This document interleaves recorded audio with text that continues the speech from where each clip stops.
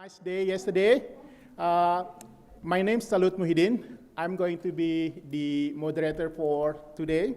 But before that, I would like to open this session by saying I would like to acknowledge and celebrate the first Australian on whose traditional land we met and pay my respect to the elders of Ngunnawal people, past, present, and emerging.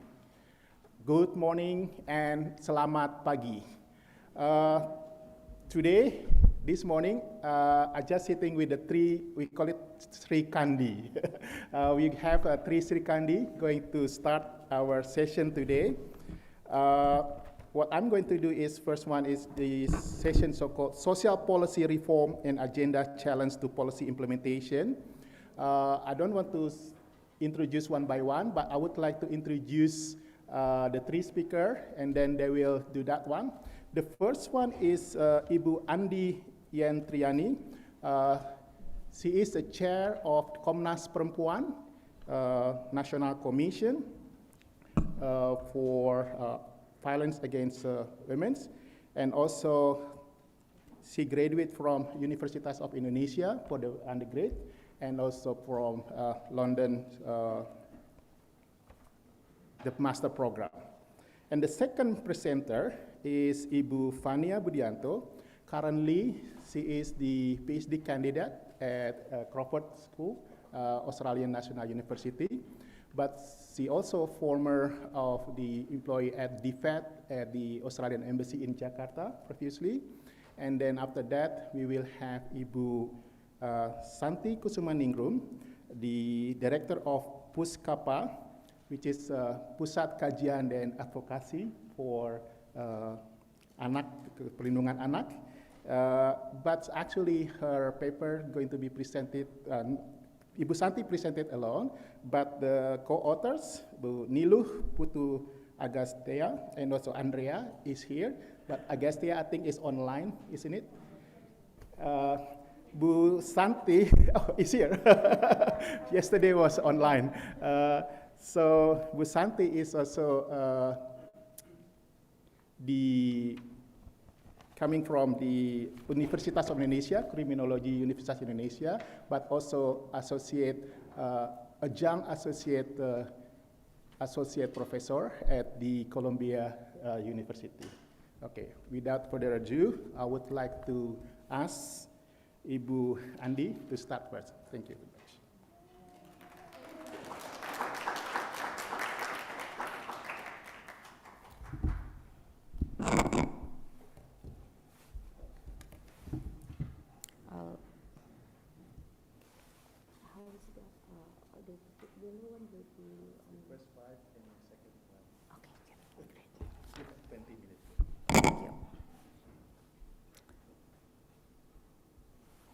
Selamat pagi, salam bineka, good morning. Thank you for this honorable opportunity for me to represent Komnas Perempuan. First of all, to visit Canberra, the land of Ngunnawal, and also to speak before this prestigious Indonesian update event on the condition of laws and bylaws on sexual violence and sexuality in Indonesia over the last 2 decades of reformasi, and what does the condition mean to the struggle to advance women's rights and gender equality. Before I start with the topic, allow me to first of all reintroduce you to the National Commission on Violence Against Women, or Komnas Perempuan. It is one of the national human rights institutions, and as being introduced by Ibu Catherine yesterday, it is actually the first independent institution set up in the Reformation era, and hence we like to call ourselves Putri Sulung, or the first daughter of Reformasi. Our mandate focuses on the elimination of all forms of violence against women and also the advancements of women's rights. Komnas Perempuan works independently to do monitoring, fact findings, and also documentation of cases of violence against women, and conduct strategic studies as the basis to provide policy recommendations and to develop materials for public education. More about our works, you can actually read it through our websites. However, unfortunately, due to the limited resources, most of our materials are in Bahasa Indonesia.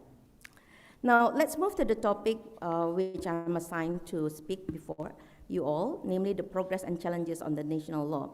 and how I perceive the conditions as well as the challenges ahead as a perennial contestation of power struggle in Indonesia.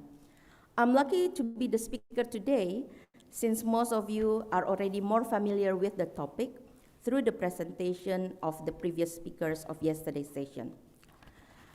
I have 3 sections of my presentation, and the first section is to talk more about sexual crime law and its significance to women's leadership. As we all observed, the issuance of sexual criminal law is highly commendable by both national and international communities.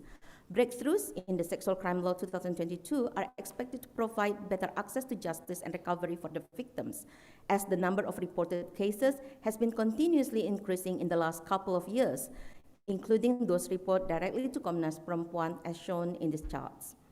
There are at least 11 breakthroughs within the sexual crime law to ensure victims' rights-centered perspective in implementing handling cases of violence, sexual violence. You couldn't see actually lots of words in it. The first is on the criminalization of the 5 new types of sexual violence.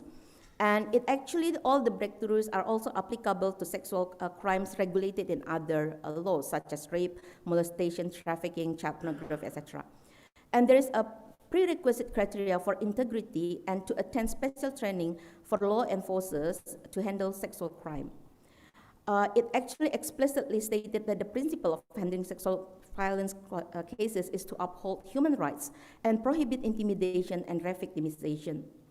It actually said the prohibition to settle outside court except the perpetrators are still minor or in complaint of based offense.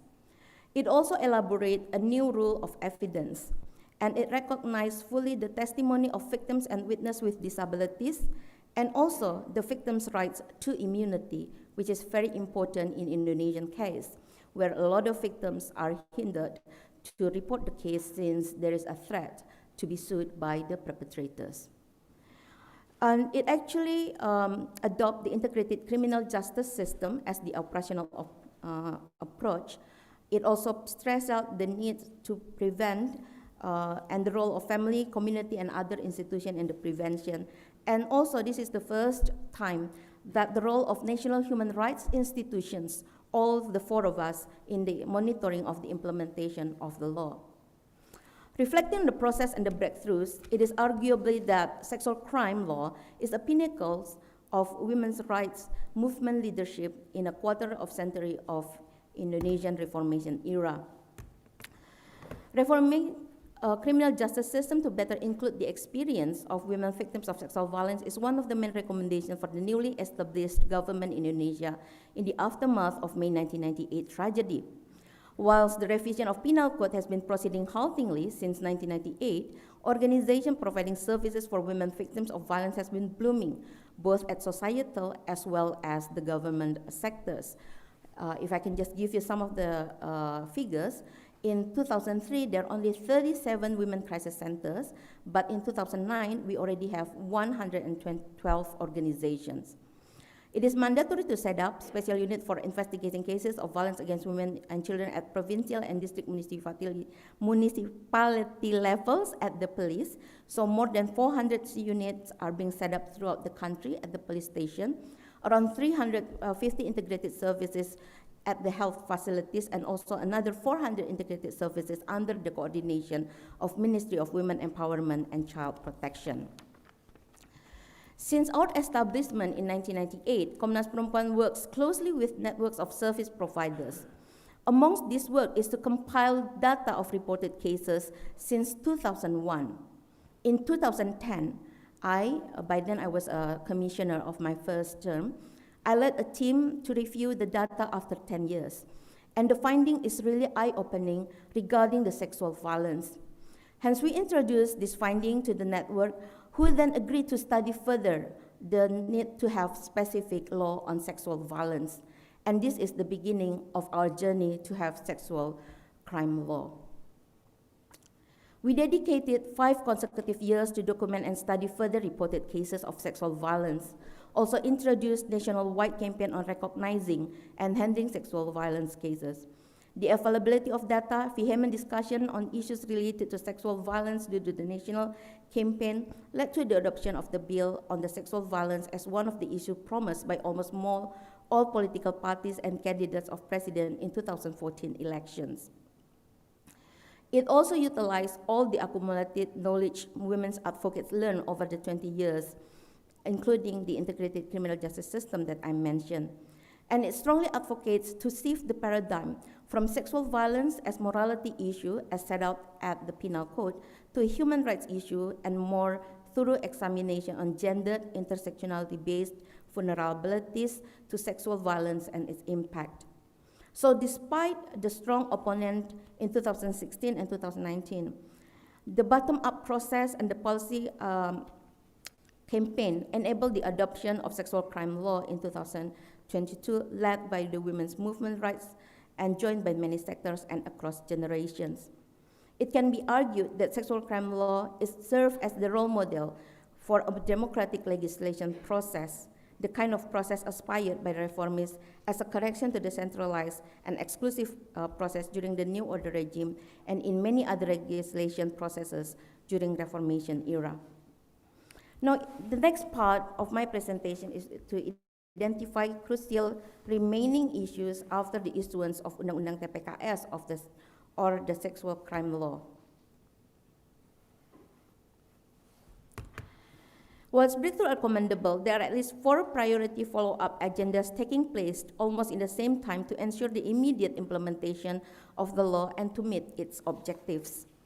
First is to draft the derivative regulation. Second, started to organize capacity building to law enforcers and service providers since it is mandatory. Third is the advocacy to expedite the development of infrastructures to provide service throughout the country. One of the main advocacies is to increase the status of unit for handling cases of women and children in the police institution as an autonomous directorate rather than current status as a subunit of the General Criminal Directorate.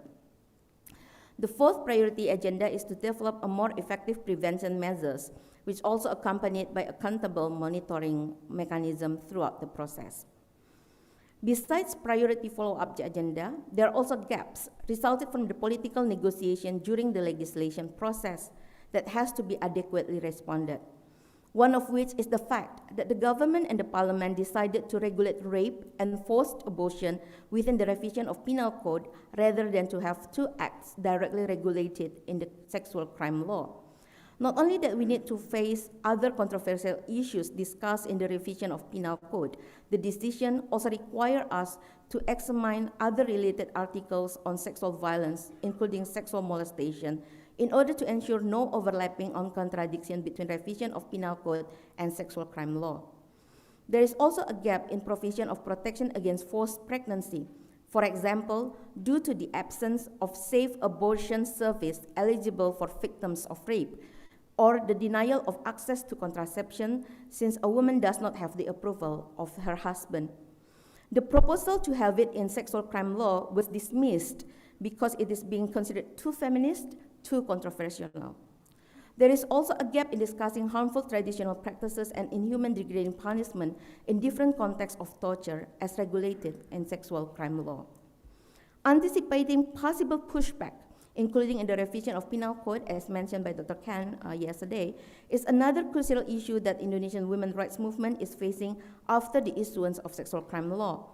The agenda has been ongoing to criminalize consensual relations in criminal code, including co-inhibition, homosexuality, and other non-heteronormativity sexual orientation, as well as expansion of adultery as a public rather than a complaint-based offense. Another possible pushback is posted, yesterday also being mentioned, by the risk of reinforcement of protectionist and domestication perspective against women into legislation through the Mother and Child Welfare Bill, which some suspect as a substitute to the infamous Family Resilience Bill or RUU Ketahanan Keluarga that promotes patriarchal norms in the family setting.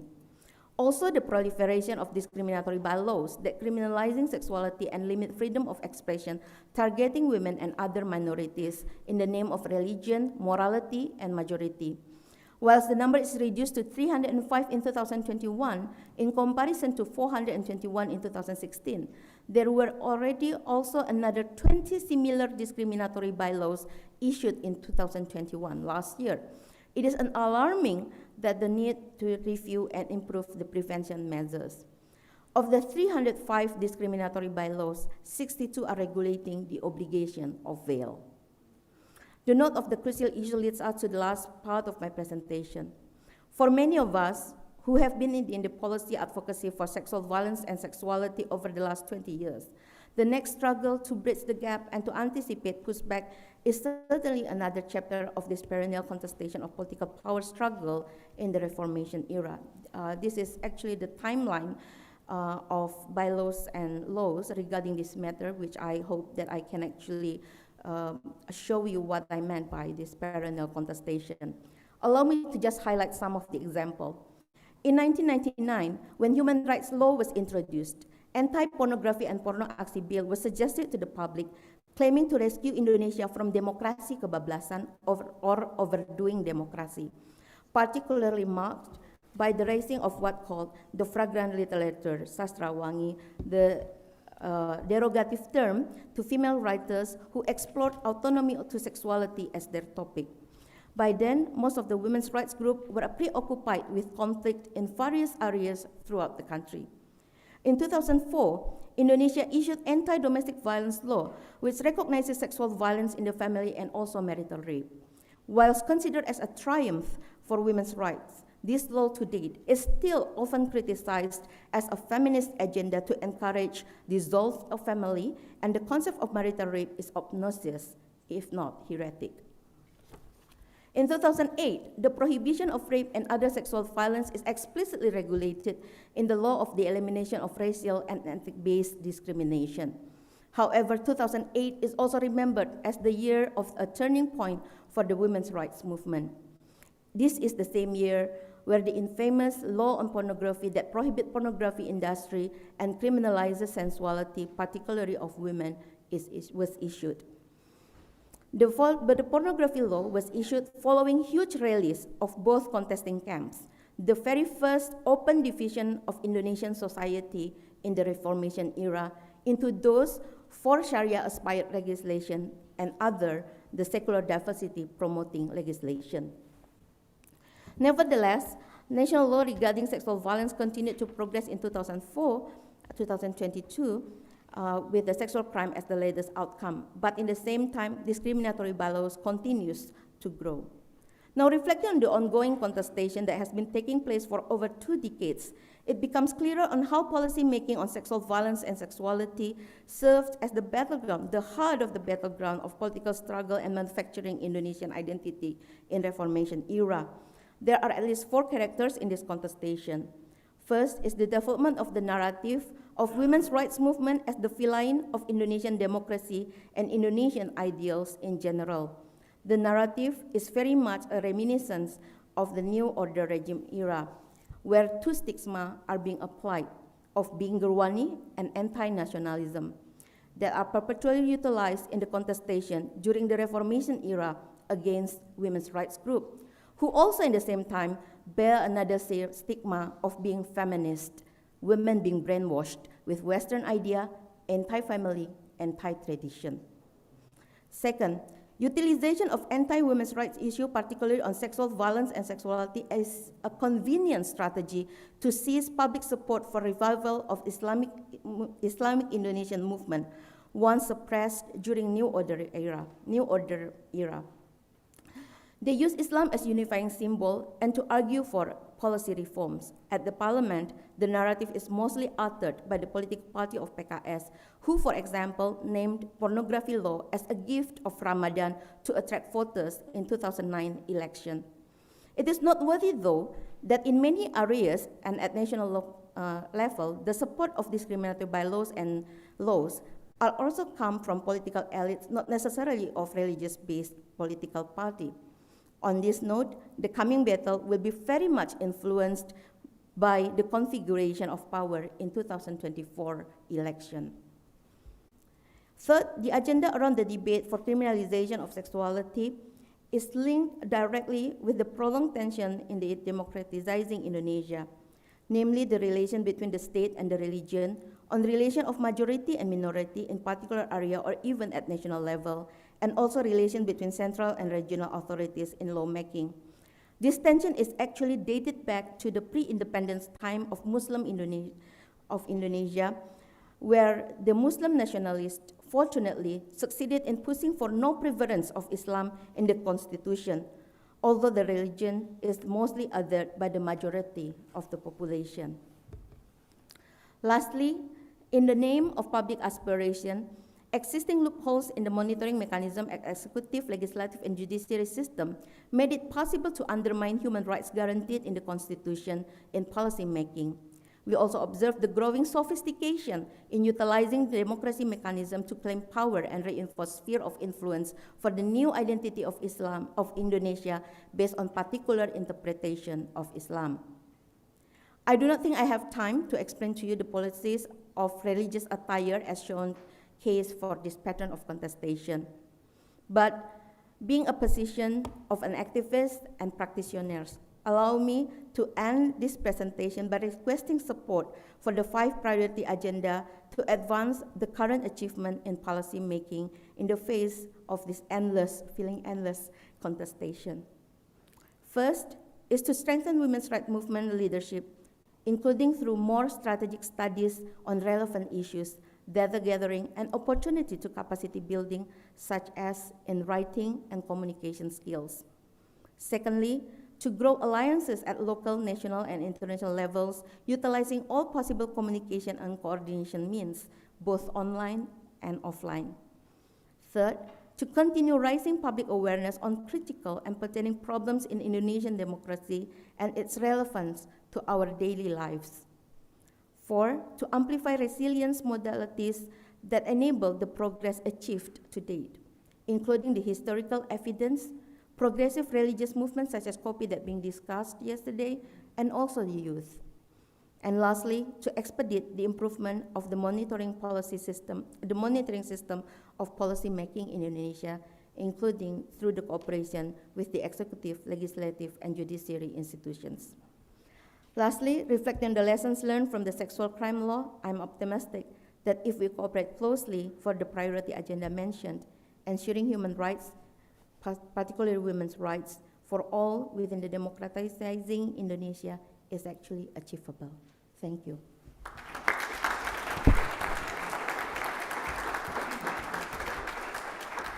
Thank you, Bu Yentri. So I would like to invite Bu Vania, who is going to talk about more about Indonesia social protection policy. Over to you.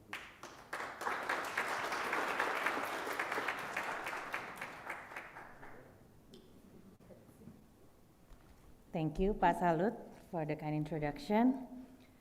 First, I would like to acknowledge and celebrate the first Australian on whose land we meet and pay my respect to the elders of the Ngambri and Ngunnawal people, past, present, and emergent. Selamat pagi. I'd like to thank the conveners and the Indonesia project team for giving me the opportunity to speak at this year's Indonesia Update and share the stage with distinguished expert panelists from yesterday and today. 10 years ago, I attended my first Indonesia Update here as a master's student at the ANU, and now I feel very privileged and honored to be able to join as a speaker and to share with you some of my work as a PhD candidate here at the ANU Crawford School. And also want to thank my supervisor, Professor John McCarthy, for helping me prepare for this presentation.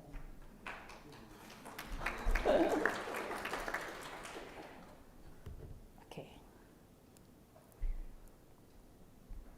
So before I begin my presentation, I'd like to set the scene by bringing you to a rural remote village in Aceh Besar, in Gampung Pulau in Lam Teba, where I just recently returned. I ran around the village to get a sense of community experience in receiving social assistance program.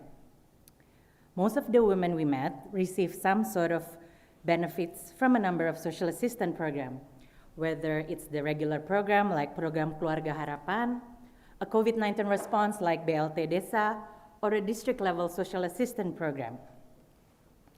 In this photo, we met two women, a young woman with toddlers and her neighbor, an elderly woman. The young woman regularly receives PK program, while the older woman who live with her daughters and grandchildren currently does not receive any social assistance program. She used to receive social assistance program from district government, but it stopped in 2022. The two women's experiences are anecdotal evidence that reflect a critical issues of exclusion and inclusion in Indonesia's social assistance program, as yesterday Ibu Titi Anas has already talked about as well a little bit. According to a recent survey, 85% of Indonesians at least receive cash or in-kind assistance from government as a response to COVID-19. However, there are still issues around exclusion in Indonesia's social assistance programs. In my presentation, I aim to examine Indonesia's notions of deservingness that leads to pattern of exclusion in social assistance program. In particular, I will discuss how Indonesia's social assistance program have positioned women over time and what have been the intended and unintended consequences. And this is the structure of my presentation today. So here is a summary and just a timeline that I simplified. Indonesia formal social protection system only established after the following of the Asian financial crisis, as most of you probably already know. Prior to 1999, Indonesia's social protection system was family or community-based. Indonesia's social protection system includes a contributory social insurance or social security program, such as BPJS Kesehatan, BP Jam Sostek, or before it's called BPJS Tenaga Kerjaan, and a non-contributory system or social assistance, which is the focus of my research. I define social assistance as tax-financed, non-contributory cash or in-kind transfer from government to its citizen. Indonesia's social assistance started as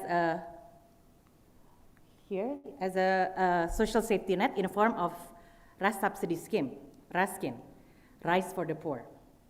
In 2005, the first temporary unconditional cash transfer was introduced,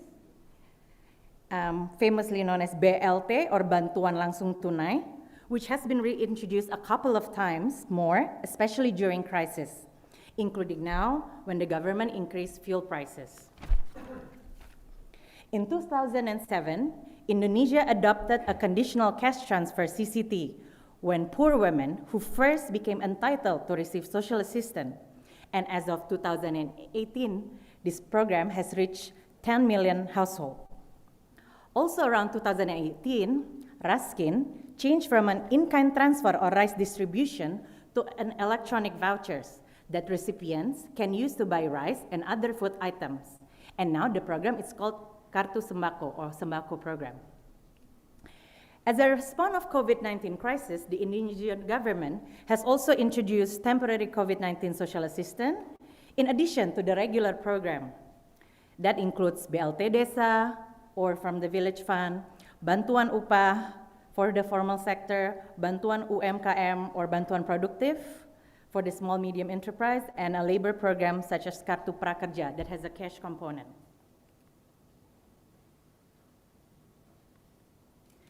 So when we talk about social assistance or bansos, the most common discussion is around exclusion or inclusion error. Like yesterday, Ibu Titi Anas has already said, yeah, or I call it a de facto exclusion. When someone is entitled or meets the criteria of the program, but does not receive it. And inclusion error is when someone receives social assistance, but actually they are not entitled. So usually in the village you will hear like, oh, dia orang kaya tapi they get bansos, they are rich but they get social assistance.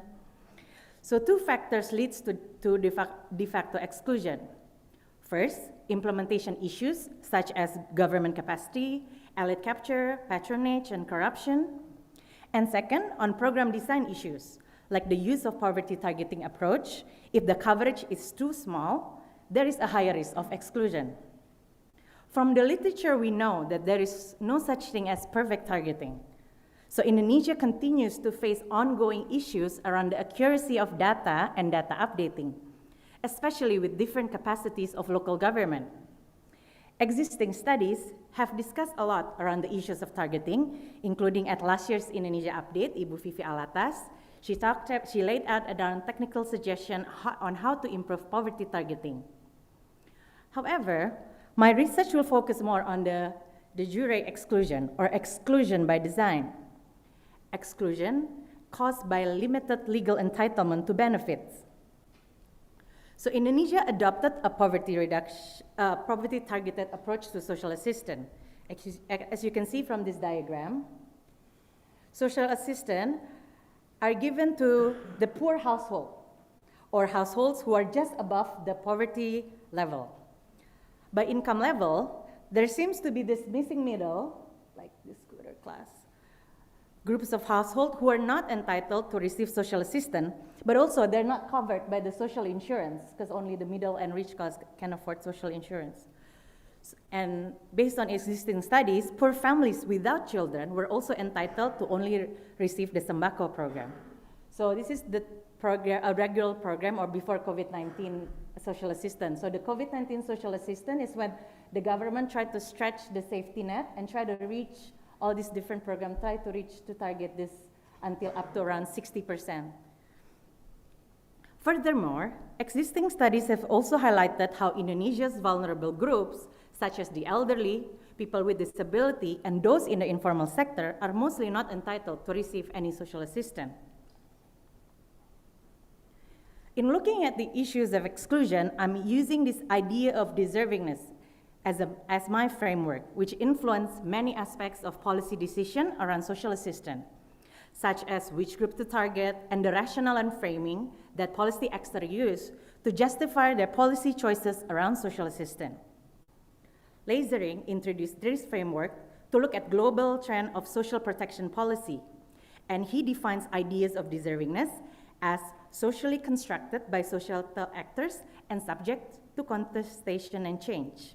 It influenced policy paradigm in social protection. So I want to unpack Indonesia's political commitment to social assistance, which is reflected in the policy paradigm that Indonesia adopted. So not only looking at the political economy analysis that investigate redistribution, but also focus on socio-cultural values, unpacking culture, ideologies, epistemic communities, and policy learning. So I like to look at how policy actors frame the ideas around deservingness in social assistance, and how policy constructs certain women as deserving, which leads to pattern of exclusion or inclusion. So Indonesia first generations of social assistance, Raskin and BLT, can be considered gender blind, I will call it, as social assistance program for poor families, by default target towards the kepala keluarga, the man as the head of the household. Government do not specifically target women-headed household, for example, despite being more vulnerable. As studies found that women-headed households rely more on either family or government assistance during crisis. Only in the recent COVID-19 assistance that the government, especially the Ministry of Village, has claimed that they are prioritizing BLT Desa to women-headed household, or PK, but not during this early period of social assistance. When I talk to policymakers, most of them believe that gender equality has improved in social assistance, as both men and women have equal access to social assistance.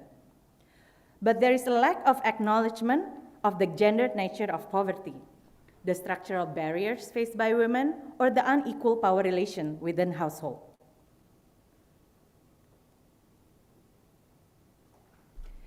Beginning in 2007, there was a shift in Indonesia's social assistance, where women, especially mothers or female carers of the poorest family, were targeted to receive Program Keluarga Harapan, or PKH, the Family Hope Program. PKH is a conditional cash transfer, as I mentioned. It's adopted from Latin America and introduced by the World Bank. PKH is politically popular, and it continues from 2007 until today, with a massive up to 10 million households in 2018. The main objective of PKH is to address intergenerational poverty, especially for the children of poor families. And studies especially impact evaluation, including a paper by here Mas Cahyo, who wrote a paper on impact evaluation on PKH, have found that families, PKH increased children enrollment, and more women have safe births since receiving PKH. So there's a lot of impact evaluation with a lot of outcomes around health and education, especially by the economists and those impact evaluation enthusiasts. However, gender equality was not the main objective. I've got here some quotes. When we talk about social assistance, we give it to the women because based on our experience in handling different poverty reduction program, it is more effective when we give social assistance to the women. We want to ensure that the assistance that is given is being given back to the family. And another quote, the decision to give to mothers came right at the end. So the policymakers have designed that they're going to do a CCT, and the decision to give mothers came right at the end. So women are targeted for instrumental reason as to achieve program or government objective. The Indonesian government does not introduce PKH mainly as a way to address gender inequality or empower poor women. So I'm not suggesting that social assistance programs should not target women. Studies have found how social assistance programs meet the strategic needs of poor women, especially their day-to-day needs. But targeting women is only the first step in addressing gender equality. Social assistance program design need to ensure that it does not reinforce existing gender norms that disadvantage women. PKH implicitly reinforce the existing gender norms where women as the main caregivers, as a lot of yesterday's speakers have discussed, and men as the main breadwinner. Women or mothers are the one who must be responsible for meeting the program conditionalities, such as bringing the children to Posyandu for health checkup or ensuring the children attend school. Women are also the one who required to attend family development session run by PKH facilitators where mothers learn about parenting, financial inclusion, health, etc. This is on top of their already busy double burden life, where they have to juggle domestic and economic roles in the family. That's also reiterating what yesterday talked as well. From my fieldwork experience, most of the poor women who receive PKH not only take care of the household, but also are involved in economic activities for the family. The term mothers in the service of the state have been used to criticize this CCT approach, so this is not a unique phenomenon in Indonesia. So policymakers need to also consider women's economic role and provide or facilitate complementary programs for the PKH recipient, as many of these women are also working in the informal sector. So who is left behind? As I mentioned in the earlier state, those who are in the informal sector are mostly not entitled to receive social assistance. This mostly affects women, as 60% of women are employed in the informal sector. 57.3% of women in the informal sector do not receive any kind of social protection. Either they cannot afford or unwilling to contribute to social insurance or have no access to social assistance. From my interview with Kapal Perempuan Executive, she told me a story on how the NGO had to advocate so that women fishermen be able to access kartu nelayan, as their occupation status in their KTP or ID cards is ibu rumah tangga, which made them unable to receive kartu nelayan. This anecdotal story reflects how poor women have more difficulties to access assistance that is targeted toward economic productivity, as the common assumption is that it's men's job. Might not be the intention of the policy, but interpretation of policy implementers due to their unconscious bias. Even though since COVID-19, there are new additional programs to target those who are informal, for example, the Bantuan UMKM Nelayan or Bantuan Produktif, however, there is no specific policy that explicitly target vulnerable women who often falls through the crack, with the exceptions of the BLT Desa, that Ministry of Village, claiming that they're targeting women have headed household. And who else? The lack of social assistance coverage for the elderly are also disproportionately affects women, as 52.3% of the elderly women are women. And according to the NP2K and Semeru study, only 2% of the elderly receive social assistance. The PKH program targets the elderly as a component of the program, but the entitlement is a family entitlement, not an individual. Around 11.9 elderly receive PKH based on the latest BPS study. Meanwhile, only 12% of the elderly have access to social security for the workforce, including pension funds of the civil servant. And according to the NP2K study, elderly women are 14% more likely to be extremely poor, 56% widowed compared to men, only 14%, and more likely to live alone. 15% of elderly women live alone compared to only 5% of men. PK's experience, the NGO PK, working with women-headed households, found that elderly women choose to live alone as they do not want to become a burden to their children and family. So what does it mean for women deservingness and patterns of exclusion? I'll probably reiterate what Ibu Kati yesterday said, the ramifications of gender construct from Orde Baru. So in Indonesia, social assistance reinforce the traditional gender norms. Hence, mothers are more deserving of social assistance than women in the informal sector or elderly women. There is a lack of recognition of women's economic role in the family.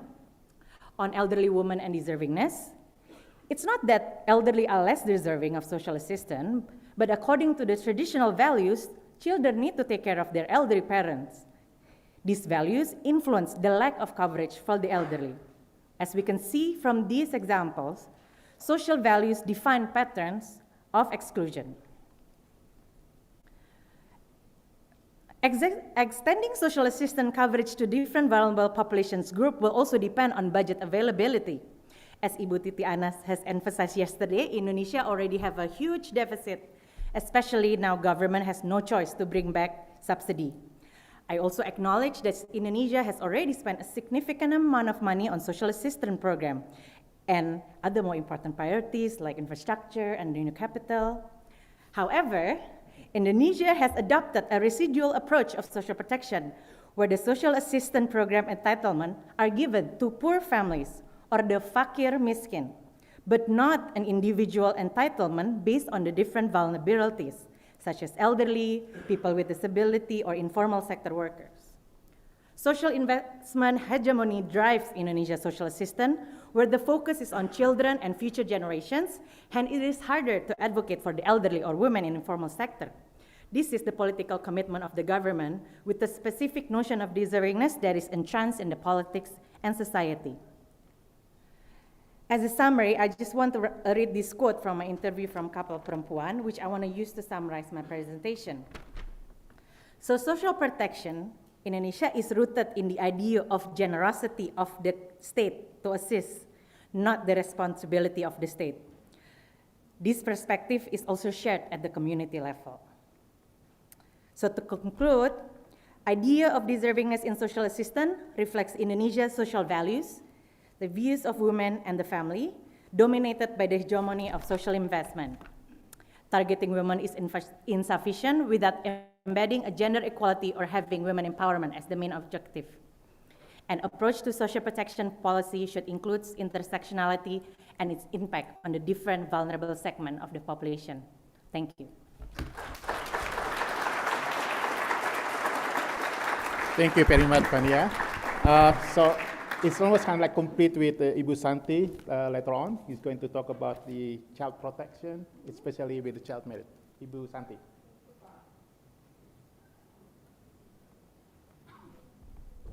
Hello, everyone. Good morning, and thank you, Pak Salut. I have to see if I can, okay, this is for you, not for you, but for Indonesia update, because I thought about this last night, and I decided that I cannot not begin this talk by basically telling you how excited I am to see a dedicated session on child protection in Indonesia Update. So thank you for the three conveners. Because I'm speaking from a place of experience working on this issue for the past 2 decades. And it's really, from my observation, child protection is an issue that is often overlooked or misunderstood. overlooked because in spite of a lot of good and important work that pouring into the sector lacks clout, and it's basically because we tend to not have the evidence that can speak at the level that attracts technocratic attention. It's often misunderstood because child protection seems to be boxed into the work against violence against children only, and also probably because it talks about minors, so the issues become sort of minor or becomes an attachment to things. Like, for example, in social protection, children are important and the focus, but they've become either the condition or the things that can signal progress or impact. So I jokingly often said to my team in PUSKAPA, and my co-authors is here, Agus is here in person, and Andrea is online, but also to my good friends in Indonesia project, that one of the key milestones is when child protection is discussed in Indonesia Update. So I just have to say, I think child protection has arrived.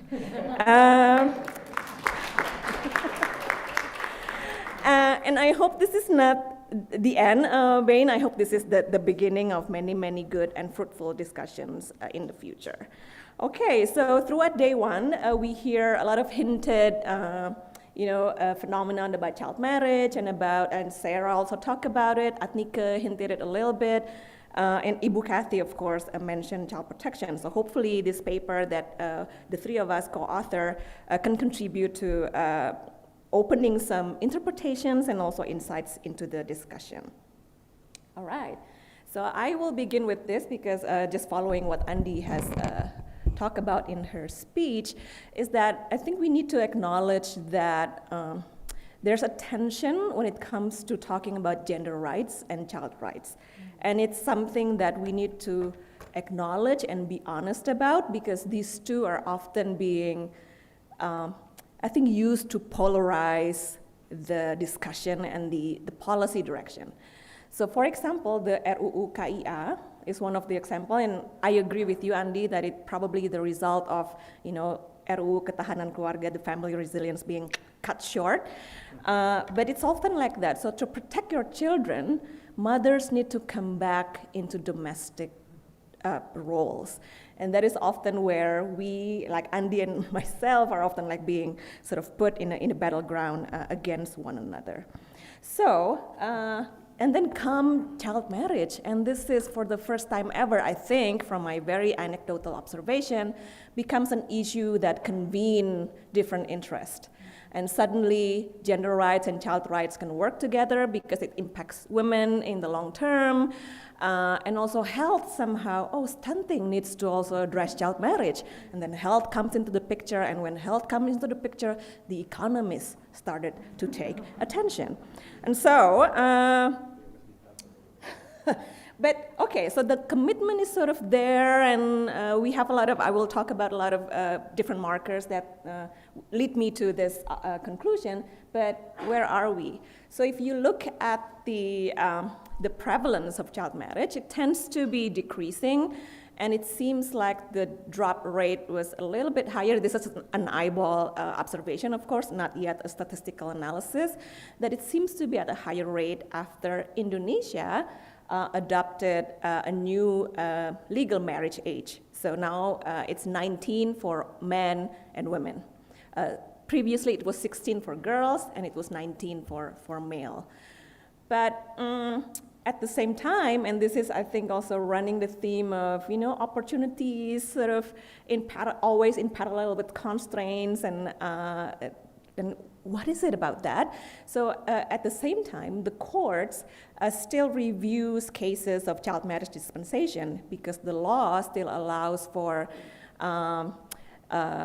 citizens who want to marry before the age of 19 to ask for the approval from the courts. And we see that after 2019, the marriage dispensation cases sort of skyrocketed, but I have to just put a warning there that it might also include cases of adults who have turned 18 but not yet 19 who want to marry. So we need to look at the data with a grain of salt. So we have a couple of progress, right? So in 2019, Indonesia increased the legal marriage age. In 2020, Indonesia adopted a whole government national strategy to end child marriage. And it comes from, I have to tell you, like being a part of the process, it when the government really seriously look at the evidence. So thanks to all the studies that have been done around impact of child marriage, and drivers of child marriage, they transform that into policy. So it covers the whole big monsters like poverty, access to education, harmful norms, child participation, and all that. And then in 2022, within the law of sexual violence crimes, now child marriage is criminalized. But we have, and also like the three of us, the authors, and also in PUSKAPA, we always need to ask the difficult question, right? So if you up the legal marriage age and you criminalize it, you sanction it with harsher punishment, it will also at the same time push child marriage into a more hidden places. So it will be still done, but in secrets, and it's more dangerous for girls and for boys as well. And also national strategy, regardless of like how amazing it is, needs time to actually materialize. And also I think the government needs to prioritize because there's a lot of different good things there. And it seems like signs of progress also create new conundrums, right? And so we basically ask this, okay, then what can we learn from the published research and also the marriage dispensation court decisions that can just shed some light and clarify the pathways so we can actually pinpoint the underpinnings and probably come up with a more realistic prevention strategy. Okay, so this is what we did, but basically we sorted and ended up reviewing 27 different publications on child marriage, and also a couple of hundreds marriage dispensation decisions. And just to give you an example, that from all the decisions, only 68% were able to be analyzed in full, fully, because the system is quite interesting. I will tell you about it if you're interested. And only 70% of those cases were actually child marriage cases. 74% were child brides only, where the girls is under 18, and about 10% are only the boys are under 18. And this is an interesting part. So 31% of the cases involves pregnancy. So there's no other way but to marry, right, in Indonesian context, given what we've talked about yesterday. 93% of the petition ends up being granted by judges. Only 2% were disapproved or rejected, and that's because there's no pregnancy. And the children, I remember, correct me if I'm wrong, probably Andrea can clarify, but they're like 14 years old and 15 years old, and there's no pregnancy, so it was rejected. Okay, so now let's unpack the problems. This is maybe a little bit daunting, but I'm gonna walk through it one by one to make sense of it. But this is a diagram exercise that resulted from our review of the publications. And basically what we need to put our attention to is the fact that, we need to start talking about child marriage not only as forced or arranged, but also voluntary, because some children wish for it. Right, so it's an important starting point, and it's where the controversy starts. Like I'm always like hearing things from my child rights activist friends as well. And also there are 4 main entry points of child marriage, and it's the predominantly one are just these 3. So basically, there's these parental pressures to their kids because parents worries about moral transgression of their kids, and it's related to premarital sex behaviors. The second one is pregnancy, of course, And the third one is actually where marriage is seen as a way out, as an escape, or a better option for kids, whether it's wished by them or by their parents or their caregivers. And it somehow, like it can be driven by socioeconomic adversities, but also what's to us is really, really striking is where life feels so difficult and so restrictive. So when you read about, the pandemic increased the child marriage risk, we think it's because life becomes even more restrictive because of the lockdown and the closure of schools and everything. Okay, so let's see the number one here, where parents sort of embodied these perceived risks of premarital sex, and it's kind of pushed by these three boxes here, which are gender-biased social values with gender-biased religious values. Like it's better to have it halal than, to commit sin, and so on and so forth. And this is the box that we think is less discussed. And this is our own preconception that children are pure. So parents and state institutions position themselves as the guardian of children's innocence. And when it dominates the scene, then you will never be able to, address these social norms, regardless, no matter how harmful.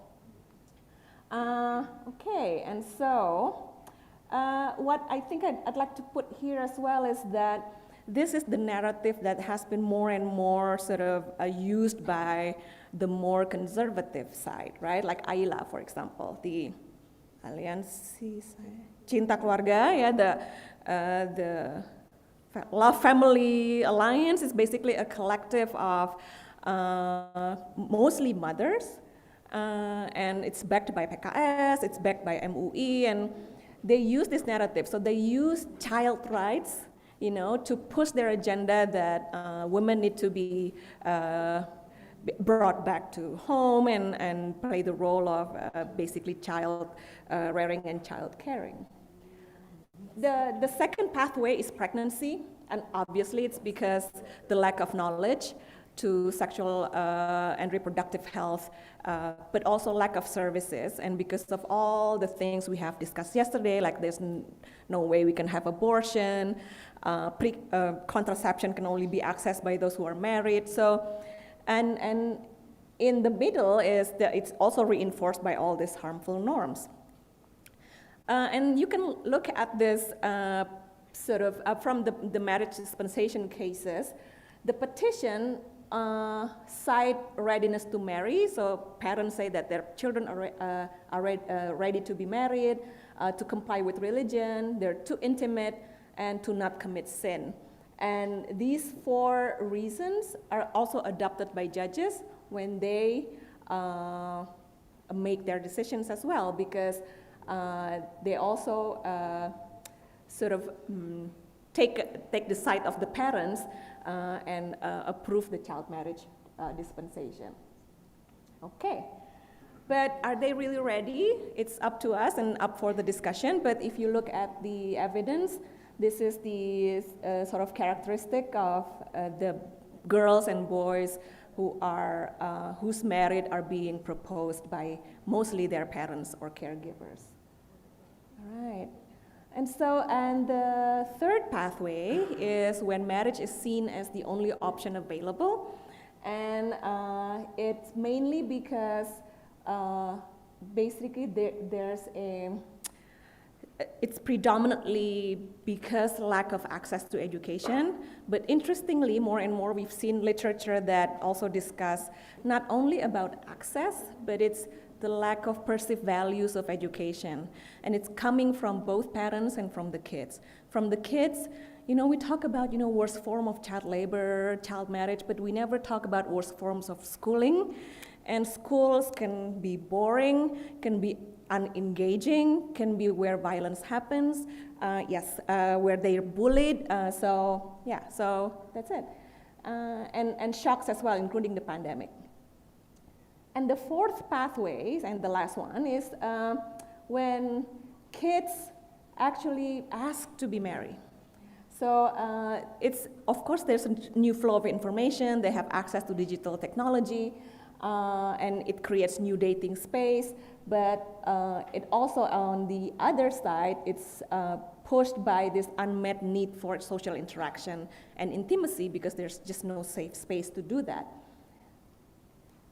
So these are some key takeaways, but I just like to summarize that basically we need to start openly talking about voluntary marriage. And even though it seems like a child agency, a result of a child agency, it's always a thin agency, because they're lacking opportunities, other opportunities, they're lacking better options. And also, what we proposed here is basically, you have to support pregnant girls. You have to support married kids, and there's currently no programs for them.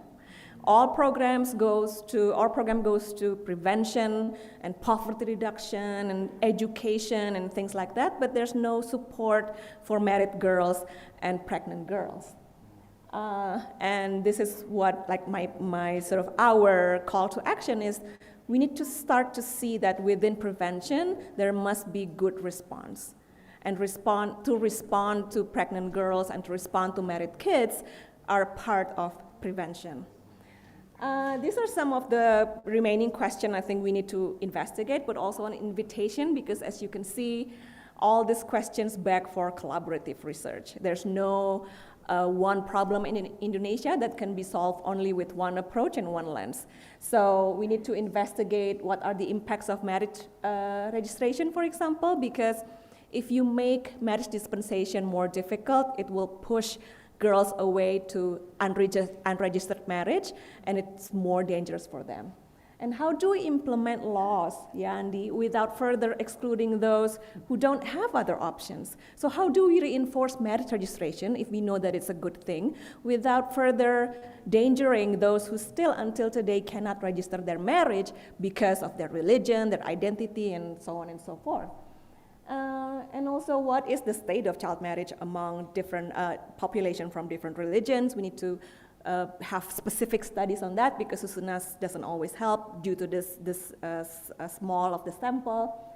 And what are the consequences of supporting or providing support for child marriage? Is there a moral hazard? And if there is a moral hazard, does it outweigh the benefit for the children who are the recipients of the support? And lastly, what are the determinants of stigma? Because I think that's very, very important.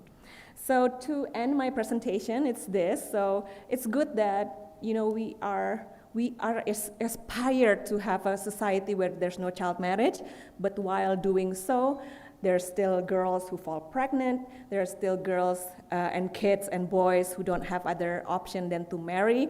And basically, while we're working toward inclusive economy and society, which is the big theme of Indonesia Update and Indonesia Project, let's make sure that such systems enable the most vulnerable second chances. Thank you.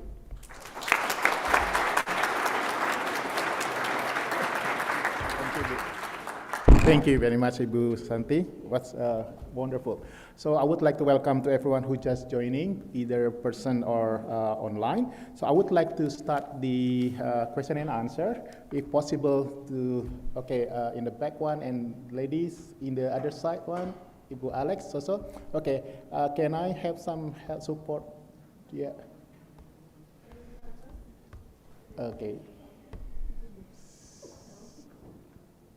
Yeah, that one. Yeah. And then the second one later on, Ibu in the middle one. Yeah. Yes. Please introduce yourself and then to whom that the question going to be addressed. Yeah. Yes. Good morning. I want to ask about the case of child marriage. Do you think that the education provided by the government also play a vital role for the child marriage? Because, you know, in Indonesia, the sexual reproduction knowledge is kind of taboo in our formal and informal education system. So yeah, how do you respond to that? Thank you. Okay, thank you. Ibu, please introduce yourself and then to whom that you address. Thank you. Elly Williams from ANU. My question is for Vania. Thank you for a great presentation. You spoke about financial assistance, social assistance going mainly to women, and that's still reinforcing these gender norms, particularly with women as wives and mothers and so on. I'm really interested in this because we see similar data from other parts of Southeast Asia and in the Pacific with conditional cash transfers and the like still going to women because of those social norms. I'm wondering whether some of the people you spoke with, either the women themselves or government representatives, you talked about this shift towards a more intersectional and inclusive approach. Did they offer any strategies that they were already using to move this towards a more intersectional approach? Or did they suggest perhaps any other case studies they have learned from in other parts of Southeast Asia or the Pacific that have already been through this themselves, if they're using similar, different approaches to move towards an intersectional approach there? Thank you. Thank you. I would like to invite Alex to read the online one first, and then if anyone more question to Ibu Andi, because Ibu Andi has an Bapak. Okay, no question. Okay, Alex, please. We've got one question from Hannah Derwent from online, and she would like to ask Andy. Oh, I read Andy. How can you talk about the best role for donors in supporting these important changes for women? And then, can I do one more?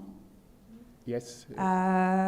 We've got one from Lina Lumban Braja to Vania. Could you please elaborate about the effectiveness of social assistance programs when it's given to women, and how does it differ from when it's given to men? And there's one more if we have time later. Okay. I think we stop that for a while, and then if it is more time, we will answer that one. Okay. So I would like to invite Ibu Santi first to the floor about the child marriage, and then later on Ibu Vania, and then Ibu Andi. Thank you for the question. It's a $1 million question, actually. What can education do, and what is actually the role of schools and the education sector? I have two sides of this question. So one is I've seen the importance of education, of course, as the data also shows that. But I'm wary about us as, researchers, scientists, or engaged scientists, or whatever you want to call yourself, working in the two spheres of science and advocacy, that we always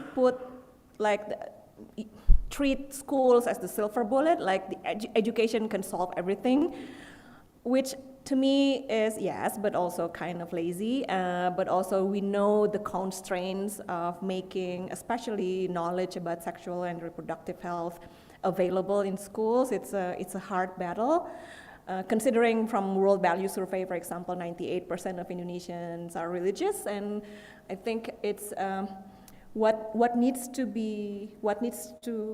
happen more, I think, is these conversations. I know this is probably sound a bit soft, but I believe in, engaging in conversation, especially from those who perceive themselves as religious, to really just demystify this taboo about sex, and opening up, and then really investigate what actually constitutes, what determines stigma, basically, and especially stigma when it comes to children and biology of children, because as long as people still refuse to talk about children, because children is not like tiny children, they're until 17 years old and under 18, they will have sexual curiosity. It's biology, and we cannot refute that. So it needs to happen, and I know it's a long and winding road, but while we wait for that to happen, which I don't think I'm going to see in my lifetime, we need to help those who are pregnant and married. Okay, thank you.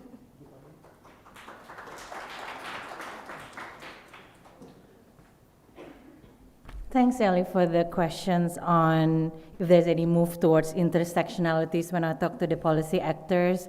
Well, Indonesia actually have adopted this what's called the life cycle approach to look at different vulnerable groups by age, children, elderly.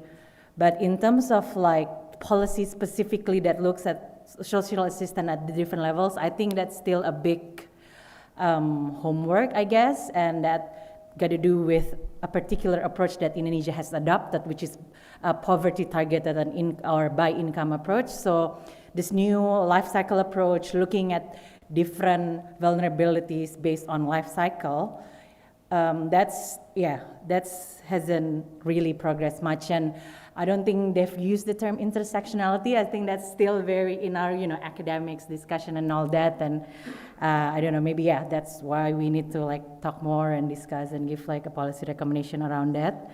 And also to Lina, thank you for the question in terms of if there's any study on effectiveness in giving women compared to men on CCT. I think in the global study, international literatures, that's where a lot of the policymakers actually derive, this is why we're doing it in Indonesia this way, because the experience from international. But I don't think there is a particular study that compare when during the Raskin and BLT, when it's actually atas nama or men as the household as the recipient, and then PKH, I don't think, but correct me if I'm wrong, maybe I missed it. But in terms of men and women and effectiveness of program, it's mostly to the CDD or community-driven development. There's a lot of studies on the PNPM at that time in terms of giving money to the women's group. That's actually more effective and reach the program objective rather than giving to a men's group. But that's not a cash transfer that goes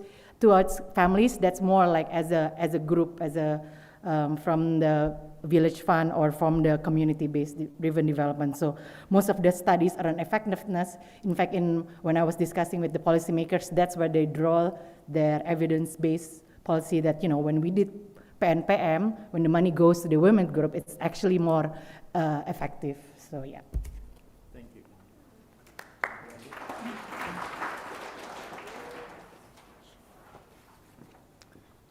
Thank you for the question, but allow me to take the liberty to actually link my presentations with Santi's presentation and the first question.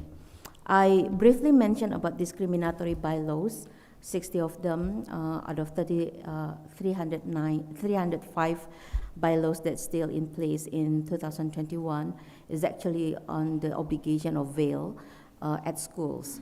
But this is just one of the way the schools regulating morality and sexuality at schools that also link to the regional bylaws at large. There has been also reports to Komnas Perempuan where the students were actually divided according to their sexes, even the gates to enter the schools, for instance. Not only in the classroom where they are actually regulated, like in the mosque where the men will be on the one side, the women will be on the other side. And it seems like some schools also apply a more rigid scrutiny for the relation between female and male students, particularly in areas where intimacy itself is criminalized. I will take the case of Aceh, for instance.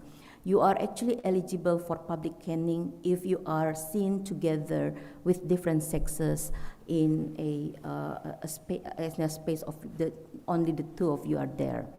And it actually, increase the number of public flogging if you are actually being red-handedly doing acts of sexual intimacy. And it will reach to 100 flogging if you are actually committed extramarital sexual relationship.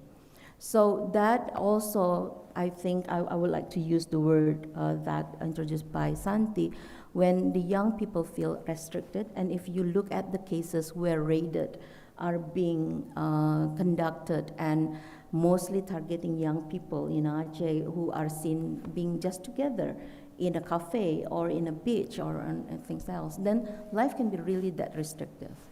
The other thing that I really would like to highlight is actually the way sexuality is the convenient way of attracting supports for Islamic movement that being suppressed during the New Order regime time.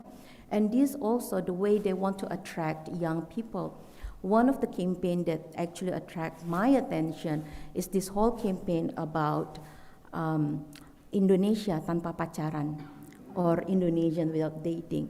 They're actually targeting to junior and senior high schools,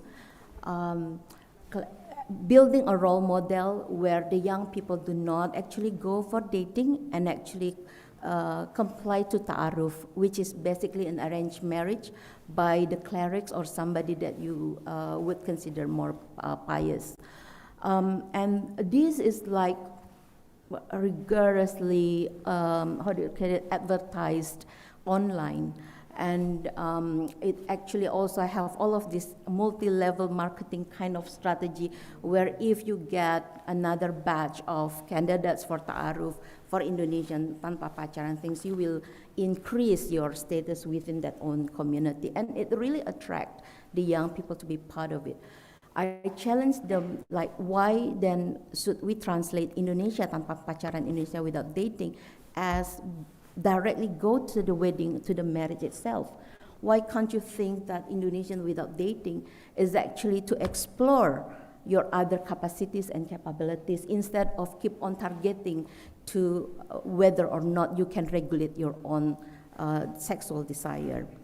And another very important incident back in 2020 is actually this whole advertisement about Aisha service. Aisha is the name of the youngest Prophet Muhammad's wife. And this advertisement is actually like an online dating marriage service that provide young girls to be married off with someone which is much older than they is. And there is no regulation at all that can tackle this kind of issues. So I think I do agree with Santi, the way that we need to look at child marriage in a more kind of complex, and there is like a possible aspect of voluntarily child marriage, but in the same time, there's another chunk that we need to look at more thoroughly. And one of the idea of this, I mentioned the priority agenda for follow-up of the sexual crime law is to, one, to actually draft the derivative regulation, and two is actually to organize the training and also to do a model training for law enforcers as well as service providers. And in this module, we are planning to actually exercise the best way to interpret the articles, including the best way to interpret the articles on forced marriage, for instance, whether all child marriage is forced marriage or not, and how do the law enforcers can actually differentiate when the report is actually submitted to them. So to end that comment, I think that was linked directly to Hannah's question on how donors can support the follow-up of the sexual crime law. I think in various ways, not only financial-wise, but I think there are a lot of other relevant issues that need to be studied further by the Indonesian both law enforcers and service providers. Very basic questions like how to deal with incest, for instance. What is there? How do you actually do or build the whole system where eventually the perpetrators will come back, will return to the life of the victims as the family member? So there are still a lot of avenues of cooperation. Thank you. Thank you very much. So I think we still have a few more minutes, so I would like to open again. Yeah, Bapak one, and also the middle one, two, and the right side. Okay, one. Yeah. So we have three more. Okay, mic to the Bapak with yellow. Introduce yourself, and then to whom that you would like to address. Thanks very much. My name is Patrick Anderson, sometime research associate here at ANU. My question is for Andy, and it concerns the law on criminalization of sexual violence and the long pathway there. I'm wondering, during that long pathway, was there discussion about other mechanisms besides the criminal justice system as the best way to address and eradicate sexual violence? And that context is like you've just mentioned. In Australia, most sexual violence happens in the family or in the extended family. And most perpetrators of sexual violence are young men, a large proportion actually under the age of 20.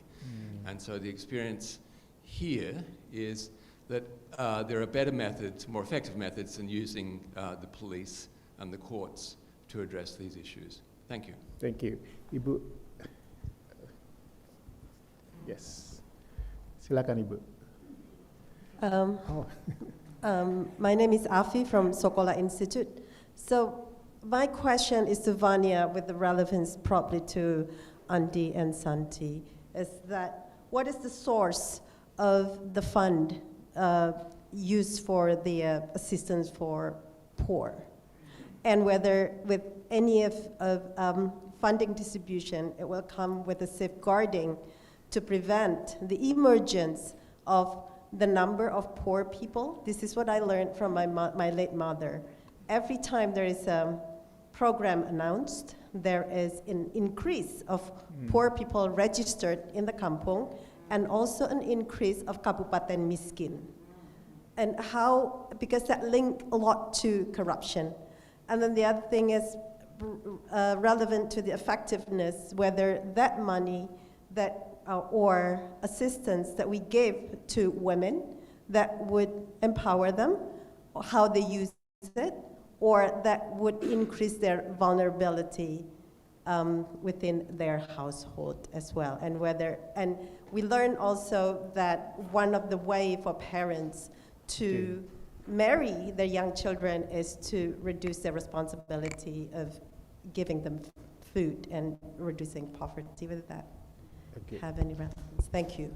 No worries. So the third one, Ibu. Yeah, silakan, Ibu.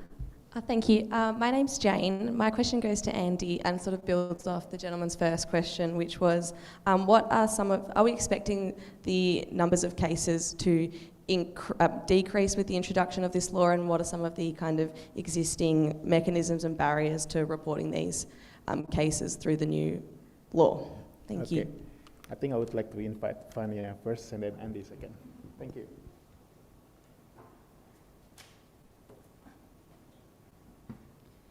Yeah, Mbak Afi, thank you for the questions, the difficult questions. In terms of where the money is coming from, you said the one that I talk about are government programs. So it comes from mostly national budget, which is the person next to you, Eko, can talk more because he worked for Ministry of Finance. So yeah, so it's APBN, but there are some district government who also use their APBD for specific different social assistance programs. So in my research, I try to contrast like what's the difference between the national decision making with district government decision making in terms of targeting. In terms of, yes, I will agree with you in the phenomenon about like when there's a program, then suddenly everyone raise the hand, because the government use poverty, kan, miskin. So, you know, the community usually felt because miskin or poor, can be quite subjective, yeah, in terms of from a community's perspective, not in a technocratic and academic way. When there is a program social assistance, everybody would feel entitled that they're miskin. That's why usually when they're, especially during COVID, when there are money pouring down, so you know, it's sort of like more people become miskin or identify themselves as miskin. And an interesting fieldwork findings when I was in Aceh is that when there's a program, this is from Village Chat and some of the women I met, they said when there's a kemiskinan program, then everybody felt entitled. But when they talk about zakat, which is the specific for the Muslim, the poorest, they're a bit more malu or shy to say that, you know, I'm entitled to zakat. So yes, I mean, I would acknowledge that these poverty programs can be quite in the ground, quite political, or have a lot of like the issues of elite captures and that, but yeah, I think that's the problem with defining poverty and kemiskinan. That's subjective and quite complicated. Yeah, I think for the other, if it's not enough later, we can discuss more.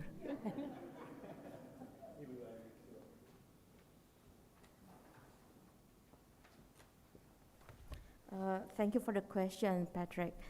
How should I put it this way? Yeah? I think in the first, so we dedicate like the first 5 years from 2010 to 2014 to gather the data, do the study on the depth of the experience of sexual violence, particularly experienced by women and children.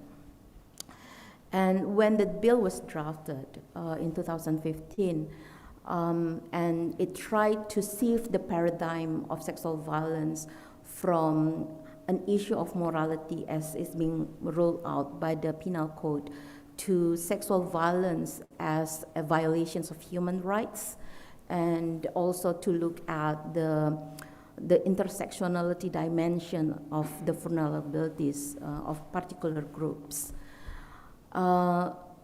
That shift, that call for a shift of paradigm itself has been brutally attacked, in 2016 to 2019, where the Black campaign head speech against the bill was like so everywhere, like offline and online. We see huge rallies claiming that this is the feminist agenda trying to ruin the traditional values of Indonesia, etc.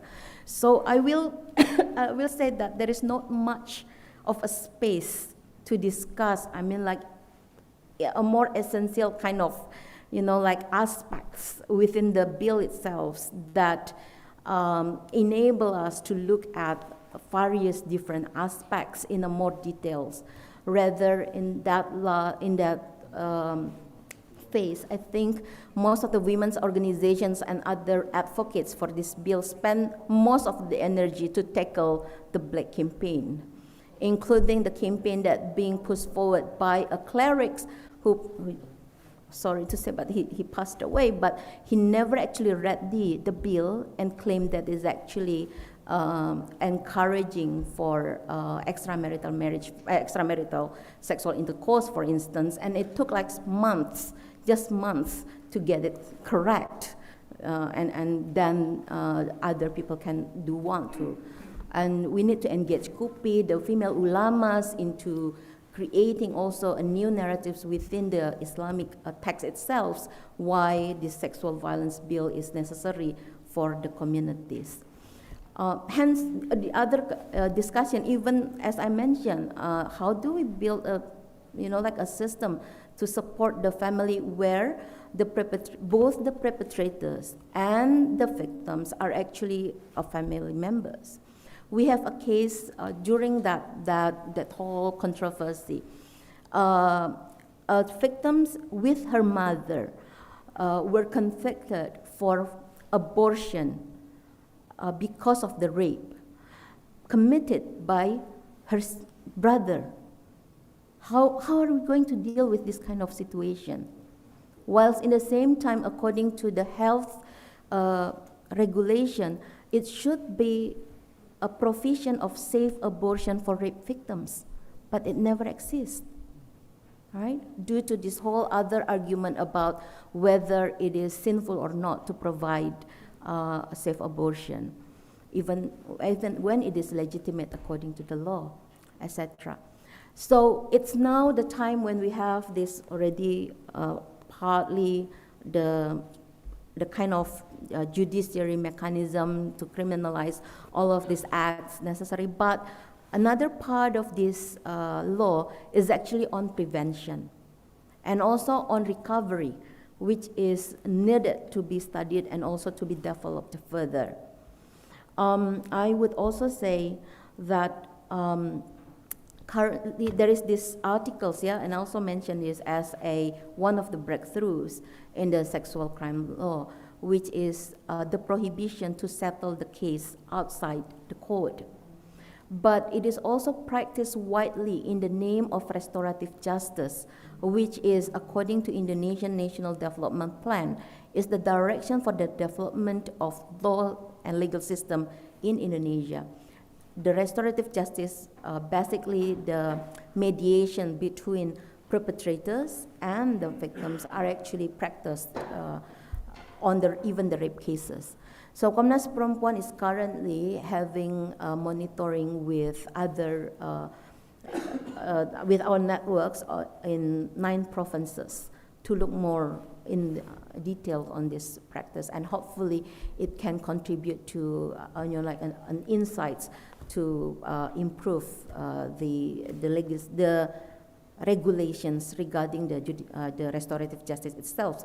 Whilst the restorative justice as a concept is also very important if you look at the issue of sexual violence. And also I need to highlight that according to the sexual violence law, there is also this responsibility of the state for rehabilitation of the perpetrators, and it should be installed into the, what do you call it? Penjara? In the prison. But we just passed the law of the revision of the law for the prison just like a couple of months after the issuance of sexual violence law, without any linkage between this sexual crime law with the revision of law on prison. So there is a lot of like space there, gaps there. We are expecting the question about reported cases. We are expecting actually an increase. And this is actually, if we look at the experience from 2004 anti-domestic violence and also 2007 anti-trafficking in person law. So the majority of cases being reported now is actually also linked to what law exists that can provide confidence for the victims to report the case. However, I will say, according to our observation during the pandemic time, it is those areas where they have good infrastructure of internet that can actually manage to gain more report. And also most of the time, they are the places where service providers are actually more available rather than remote areas in Indonesia. So I think we can say that in the coming at least 5 years, the cases will still be in majority in Java, in the in the urban areas, and we do expect that online sexual violence are going to be significantly increased. Thank you. So, well, we would like to discuss more, but unfortunately the time is limited. Please join me to applaud for the three speakers. So that's the end of our session, the first session in the second day of Indonesia Update. So I would like to invite everyone to have break. We will have inside or outside? Outside. So if it is raining, maybe a little downstairs. And please come here again because we are going to start the session 5 at 10:50. Okay. Thank you very much for the morning. Selamat pagi. Okay. Thank you, everybody. I'd like to welcome you all to the final panel in the 40th Indonesia Update. I'm really pleased and honored to be chairing this panel. I'm Elly Kent. I'm here at the ANU as the Deputy Director of the Indonesia Institute and the editor of New Mandala. And I'm going to be chairing the final panel, which is on gender expressions through culture, art and the media, representations and practice. We're meeting here on the land of the Ngunnawal and the Ngambri peoples, and we are here to listen to three incredibly accomplished and erudite women who will bring you up to date on the issues of gender in these really very important and influential fields of culture, media and the arts. I don't want to take up too much of their time to speak, so I'll just briefly let you know that we'll be hearing first from Dr. Wulan Dirgantoro, who's a curator and art historian and a lecturer in art history and curatorship at Uni Melbourne. She'll be speaking on gender politics in Indonesian visual arts, new directions. Dr. Intan Paramaditha is an Indonesian author, you may be familiar with her works, and a senior lecturer in media and film studies at Macquarie University. She'll be presenting on feminist interventions in cultural activism.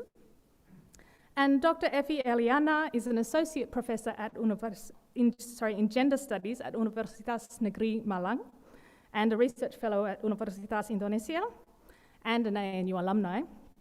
And she'll be presenting on the rise of male caregiver protagonists on screen a middle-class biased shift of ideal masculinity. And I'm going to hand straight over to Dr. Dirgantoro. Thanks, everybody. Please welcome Dr. Dirgantoro.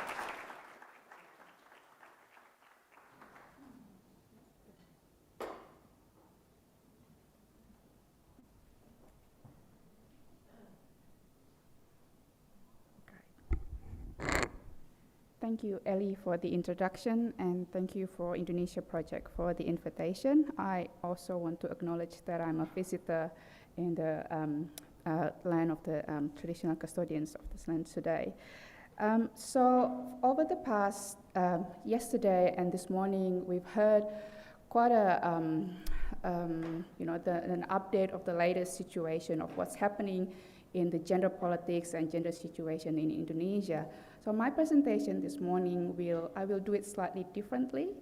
So instead of starting with the challenges of many practitioners, creative practitioners are facing at the moment, I will instead start with their achievements and some of the ways that they've actually art making have done and continue to do in terms of overcoming these gender challenges or challenges in gender issues. So please bear with me as I'll take you through various images and case studies. Before then, I come back and center discussion about the particular ways in terms of how they look through their practices. So, on a breezy Friday night, on 12th of August this year, 5 women wearing all white dresses walked into a gallery space. They sat on white chairs arranged in a clockwise direction. In the middle of the circle, a digital clock was set on a small stool. Each performer then placed a small portable sewing machine on their lap. For 20 minutes, the performers sewed small pieces of cloth that they took from small cardboard box next to their chairs and added the contribution to the existing pile in the center of the circle. So with that 20 minutes, the sound of the sewing machine dominated the gallery space, only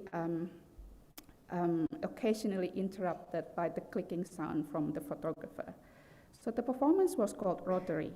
It was performed by an all-women art collective, Perempuan Pengkaji Seni, from Surabaya. The venue where they performed was Lawang Wangi Creative Space, one of the premier contemporary art space in Bandung. The event was the announcement evening of the 7th Bandung Contemporary Art Award, a biannual contemporary art prize in Indonesia. Earlier in the evening, the jury announced that Perempuan Pengkaji Seni had won the money prize of 100 million rupiah, so that's equivalent to 10,000 Australian dollar. So I began this presentation by describing the performance work by Perempuan Pengkaji Seni as the starting point to discuss the two focus of my paper this morning, namely the production and reception of visual arts in Indonesia, framed through the lens of gender politics.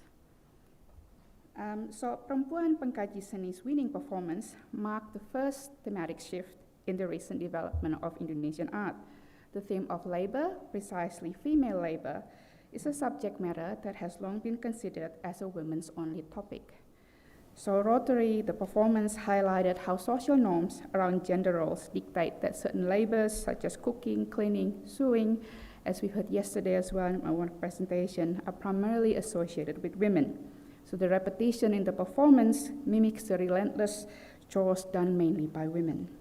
At the same time, the performance also speaks of another form of labor, mainly of women's participation in Indonesia's garment industry. So as the collective noted in the interview afterwards, that women are often accused as the main consumers in fast fashion, but female workers dominated the garment industry around our hometown.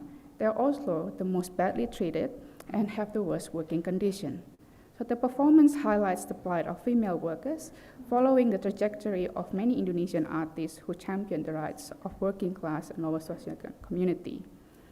So the performance, the group also described that they collect the fabric they use in the performance from the waste of the garment industry, thus highlighting also their interest in looking at how environment and environmental waste connected to their practice. So they further stated that women are not only the losers in the capitalism system, but also in the environment. So this focus in the environment is another important shift in the recent trajectory of women and gender diverse artists in Indonesia. For XX Lab, another female collective from Jogja, their practice reveals that when creative practice collaborate with science and free technology, the result could go beyond the bounds of gallery space and laboratory wall. Soya Couture is a work here shown in an exhibition that I curated in 2016. It's an installation art piece that comprised of a dress. It's a wearable dress, accompanied in this installation petri dishes with live bacteria culture. So using everyday objects and open source software hardware, the collective turned wastewater from Jogja's intensive tofu production into an alternative form of leather. The process that involved bacteria turned the glucose into cellulose seed known as nata de soya. It was further processed through pressing, drying, dyeing to make it suitable for clothing and also craft materials. So the collective explained that in addition to eliminating waste and water pollution, their projects also aim to provide an alternative source of income for women of lower socioeconomic backgrounds in Jogja. In fact, the product can be found in several craft shops in Yogyakarta. So the collective strategy to link creative practice with environmental awareness, as I said, particularly through a gendered lens, is another critical shift that scholars have noted in the past 5 years or so. So one of the most well-known examples of this shift is Rahmayani's project. Rahmayani is one of the most well-known contemporary artists from Indonesia. Rahmayani taken her environmental activism actually beyond national border. So she collaborated with 16 villages in Tibet. And so together with the monks, Buddhist monks from the monastery, they initiated waste management, mass tree planting, clean water projects, koperasi, yak, and so on. So coming from that experience, coming from her time in Tibet, she brought this practice which combined an interest in history and interest in raising ecological awareness in her creative practice. So in this image that you see here at the bottom, this is a participatory installation where she invited audience to come in, have a seat, and plant seeds in the shape of a mandala, and watching the seeds grow throughout the exhibition time, the time of her exhibition. So in parallel with the greater interest in connection between art making and environmental awareness, the current generation of women and gender diverse artists alongside the contemporaries have also been intensely working on history. Their strategies to examine the past from image space is critical to understand the ongoing impact of gender bias and representation in present-day Indonesia. So for Citra Sasmita, a Balinese artist based in Denpasar, she reappraised the past by looking at mythology, looking at or reinvestigating the Kakawin text. So her work really focused on unraveling myths and misconceptions of Balinese art and culture. While rooted in mythological thinking with specific Hindu and Balinese references, the scenes in her installation here are equally part sort of investigating mythology, but also it's about contemporary process of imagining a secular and empowered mythology. This is such a strong installation. As you walk into the installation space, you will hit by the smell and the scent of turmeric. That's the text on the floor. That's the artist sort of handwritten carefully using, sort of traces of her fingers using kunyit. For another artist, Yaya Sung, Yaya Sung's engagement with the past is particularly interesting, particularly important because Yaya engaged with the 1965 and 1966 anti-communist mass killings.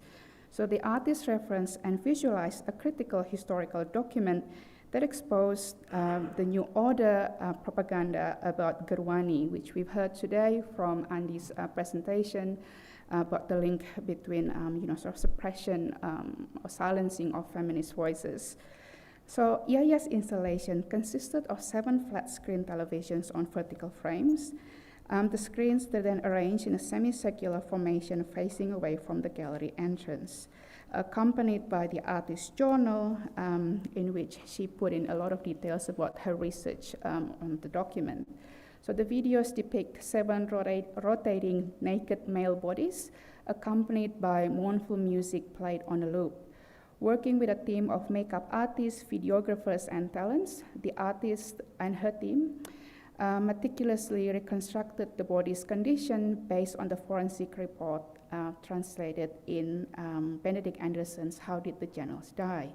Based on the artist's belief in the body's ability to convey a truthful account of the events, the installation visualized and represented visual evidence of the New Order's propaganda about Gerwani, namely the bodies of the high-ranking military officers and generals are in fact intact. For Tamara, a gender-diverse artist, in the latest work represented an installation work titled Tantular that speaks about Indonesia's challenges in implementing its state motto Bhinneka Tunggal Ika, or unity in diversity in present day. So the dress is woven by the artists and their collaborators from different types of fabrics to symbolize the different voices and communities in Indonesia. The title references Mpu Tantular, a 14th century poet whose work is the source of the state motto. Accompanying the central figure are 12 single-channel videos that documented the artist's collaboration with a British trans artist, Emma Franklin. The video is called Trans Performance Exchange. So Tamara and Franklin worked together for 6 months to sketch a shared trans history across different geographies, which resulted in a digital exhibition on social media platform. So I'd like to take a slight detour towards network, because so far you may have sort of noticed that I speak a lot about collectives in addition to individual artists. This is because as women and gender diverse artists in post-New Order continue to strengthen their voices and develop their practice, they're also becoming more aware of the power of the collective.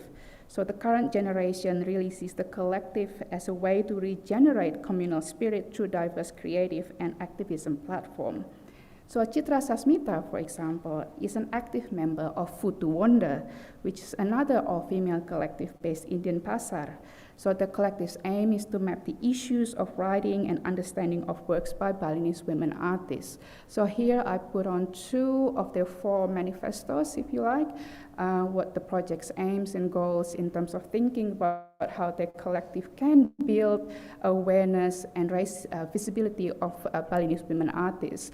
So not only just exhibitions, which they also collaborated with senior artists, senior women artists, they also organized a Wikipedia editathon inviting members, audience to come in and contribute to a Wikipedia entry on female artists. So it's not just about raising awareness of women and gender diverse artists, but it's also revealing how Indonesia's art historical canon and writing still preference and put in Javanese and male writers as the main sort of text for Indonesian history canon. So another network, which is this is XX Lab, just want to show you the way, their workshop, but also Incubator Initiative, another collective in Yogyakarta. So for Incubator Initiative, the collective's aim is really about nurturing the process and the emergence of contemporary art practitioners in Jogja. So Kelas Seni Terbuka in this image here is the annual program, which is a mentoring program with the broader aim to raise gender awareness and equity issues in the art world. Employing feminist pedagogy, the classes are built upon knowledge co-creation, community, and empowerment. Kelas Seni Terbuka for this year invited FX Harsono, a senior Indonesian artist, and myself to lead the workshop on mentoring alongside Aliansi Laki-Laki Baru, Perempuan Lintas Batas, Ruang Arsip dan Sejarah Perempuan, and Koalisi Seni Indonesia. I will not talk more about the collaborators because I think Intan and Evi will speak a little bit more in details of what they are, what they do. But I just want to share that I'm very privileged to be working with this really exciting collaborators. So it was really interesting because the mentoring program for the female participants, it was the chance to sort of create a network and a network of support. But for the male participants, it was really revealing because this was the first time they were actually confronted by ideas such as toxic masculinity, male privilege. So it was, they were forced to become a little bit more introspective of their own practice. So these two examples of network,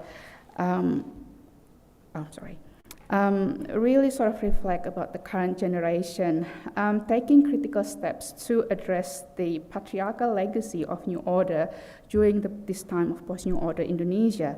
So their practice, either as individual or collective, utilize the growing space for women and gender diverse in using digital media and engagement to creatively express themselves, contest gendered ideals, and organize social and political activism. So for Perempuan Pengkaji Seni's shift is really marked another interesting point of reception. Thank you. Reception in art really refers to how the intended audience reacted to an artwork in its public viewing. So firstly, Perempuan Pengkaji Seni is from Surabaya. It is a city not known as the main art center in Indonesia. So Jakarta, Bandung, Jogja, and Denpasar are considered to be the main art centers. However, despite their winning, and this is a really interesting sort of paradigmatic shift, Java and those main centers remain the attractive destination for art education, production, and circulation. And secondly, that all-female contemporary art won a contemporary art prize, where prizes are usually handed out to conventional mediums such as painting and sculpture, really and dominated by male artists, is indicative how latest development of gender politics also impacted Indonesian art world. So the path towards more visibility and reception of works, positive reception of their works, have been paved by increased activities of women's activism since '98. So this is a survey done by Koalisi Seni Indonesia, really does not paint a great picture of in terms of gender visibility and representation in Indonesian art world, dominated by men, and certainly there's an improvement, but it is, it is slow going, if you like. So another issue is the relative success of such visibility or activities is even more remarkable against the increase of censorship in regards to freedom of expression, as Ken has mentioned yesterday. As you can see in the charts here, based on data collected, the visual arts had the second highest censorship there. And so many of the censorship actually highlighted expression of gender politics in Indonesia that is still quite vulnerable. Many female artists and gender diverse communities tend to be silenced through accusations of communism, LGBT, blasphemy, or violation of social cultural norms in their creative practice. But I want to sort of end in a, again, more sort of positive note here, because exhibition spaces and curation still continue to provide an enabling space for artists to speak out about difficult issues. So this last exhibition, edition of Jogja Biennial, which is a big contemporary art exhibition, it's a case in point. A mural by a collective from Papua, Ude Ido Collective, garnered plenty of positive media attention for their work. You can see here from the mural signaled the direction of the curatorial framing, namely addressing the impact of colonialism, which included Indonesia's own. But it is Betty Adi's work in the special section that I want to focus here. So the installation is titled Dystopian Reality, the Agony of Existence, a series of large bullet-shaped penis with skulls imprinted on the scrotum was placed on the wall and on the floor. The artist wrote text that referenced Indonesian military units encircling the objects on the wall, while female underwear scattered and draped around the objects. Accompanying the objects are a series of drawings and a painting that has quotes, testimonies and figure studies of a large painting that depicted a Papuan woman with an open chest shaped like a coffin while a small child watched nearby. So the message in this work is direct and unambiguous. Papuan women suffered heavily from the ongoing military conflict, sexual violence, domestic violence, sociocultural stigma. In the aftermath of the violence is a raw wound for many Papuan women. So the artist further stated that the collective's work is a statement of solidarity for other women in conflict areas.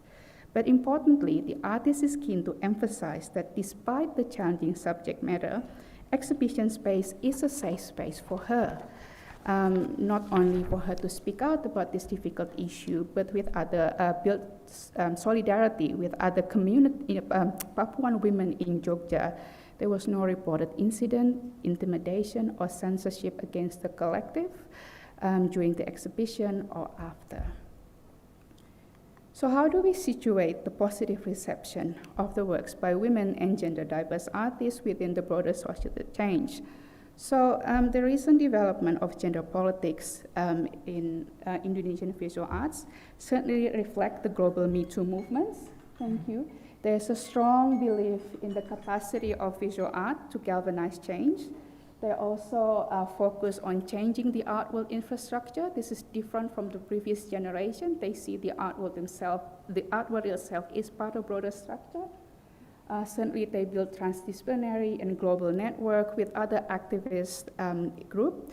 But I hope, as I've demonstrated, art making continues to offer the sense of hope. So they are still vulnerable because there is still no protection and institutional support within various art world. But as Ken was saying, they're vulnerable but also resilient. So thank you.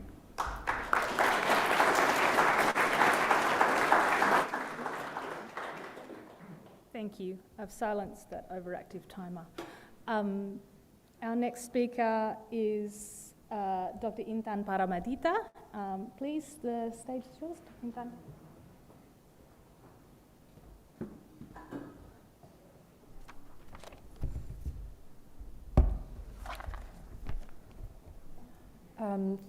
Selamat pagi. Thank you very much to the Indonesia Update conveners for putting this program together and for inviting me. I would like to acknowledge the traditional owners of the land on which we are meeting today, the Ngunnawal and Ngabri people. I pay my respect to elders past, present, and emerging. Since 2002, in her 2002 article about feminism in Indonesia, scholar and activist Saparina Sadli writes that the terms feminism, feminist, and even gender are still questioned by the majority of Indonesians. However, since the early 2000s, certain articulations of feminism have become part of the mainstream imagination in Indonesian public culture and influenced how gender and sexuality are expressed in arts and culture. Sorry.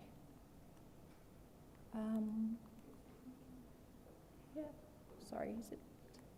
All right, there you go. So in this presentation, I will provide a broad overview of post-Suharto feminisms and argue that new forms of feminist practice are emerging in cultural activism. They are feminist, trans-archipelagic, and moving towards a decolonial approach. Feminist cultural activism is a specific site within the feminist movement in which collectives use culture as a site for political intervention. Individuals involved in feminist cultural activism are writers, artists, performers, filmmakers, and musicians, and many of them connect themselves with networks of human rights activists, labor activists, as well as feminist academics.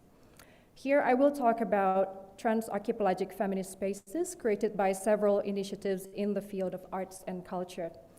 I will focus on encounters and learning processes within the feminist collective Sekolah Pemikiran Perempuan, or the School of Women's Thought, in which I am involved together with other feminists, including my colleague Andy Yentriyani, who's here today, to discuss how women across the archipelago collaborate while acknowledging difference rather than erasing it, to dismantle colonial, capitalist, and heteropatriarchal knowledge production. The two most important trajectories of feminist thought in Indonesia, liberal feminism and Islamic feminism, shaped the discussions around women, gender, and feminism in the first decades of Reformasi, and these influences have continued until today. There's also a different kind of feminism, neoliberal feminism, which I will discuss briefly later. Liberal feminism, with its emphasis on individual rights, equality, freedom of expression, and bodily autonomy, permeated the middle-class public sphere as a highly visible discourse.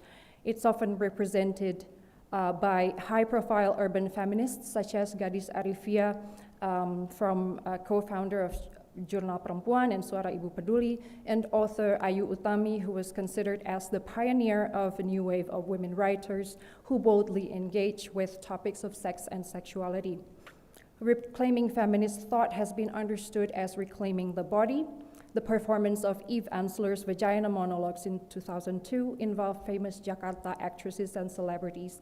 It was adapted to challenge taboos around women's bodies and repression of women's sexuality. Liberal feminist thought often circulates through high-profile media cases, such as the controversy of the dangdut singer Inul in 2003, which evoked rage and censorship among conservative groups but garnered support from feminist groups who reject the patriarchal attempt to control women's bodies.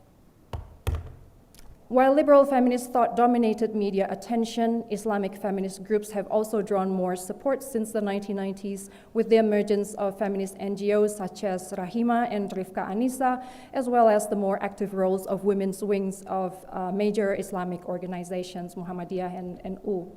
In the 1990s, Islamic feminist thought has become more well-circulated with the translations of global Muslim feminist works such as Nawal el-Sadawi. In arts and culture, by late 2000s, scholars have started to pay more attention to women writers who focus on Islamic discourses. Writers such as Abidah el-Khaliaki have vigorously challenged patriarchal interpretations of Islam and perceptions of Muslim women in society. Now, a common agenda that brings secular liberal feminists closer to Islamic feminists in the last 2 decades has been the rise of conservative Islam that led to the campaigns to return women to the domestic sphere, and we've heard this in the conference before. In another direction, we've also been witnessing the rise of neoliberal feminism shaped by, first, Indonesia's neoliberal directions under President Joko Widodo, and second, the mainstreaming of feminism through popular culture. Centered on the idea of kerja, or work, within the neoliberal framework, the Jokowi regime is surrounded by successful, digitally savvy millennial staff and spokespersons. Many of them are women, as the icons of Indonesia's move towards global digital economy and creative entrepreneurship. Neoliberal feminism, as described by Catherine Rothenberg, is critical of the structures that marginalize women, but it situates women as entrepreneurial, individual agents who lean in to break the glass ceiling. Singer and influencer Maudy Ayunda, appointed by Joko Widodo as Indonesia's official G20 spokesperson in 2022, is an example of how neoliberalism, creative industry, and feminism are linked together. Modi often speaks of entrepreneurial skills, personal growth, and the importance of education for women to achieve success. So what we can see from this quick overview of post-Suharto feminisms is that Reformasi has paved the way for more public discussions, public discourses of gender and sexuality. In arts and culture, it has inspired new feminist initiatives. However, many influential organizations, feminist thinkers, and feminist artists are still part of Jakarta elite environment, or Java, and many of them do not see patriarchal oppression as being interwoven to class, race, ethnicity, and geographic location. There's also been growing concern with the idea of feminism as an individual affair. So even though some women are successful individually, this has not changed the larger patriarchal structures that constantly invalidate women's work and knowledge.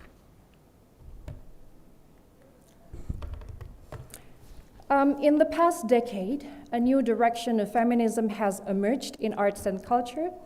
So this overlaps a bit with Wulan's presentation. More women writers, artists, and culture activists work within collectives, organizations, and networks, and engage in cultural activism to reclaim political agency. This new feminist movement is trans-archipelagic in scope. Feminists create efforts to expand meeting spaces for women across the Indonesian archipelago or Nusantara, taking advantage of the development of digital technology.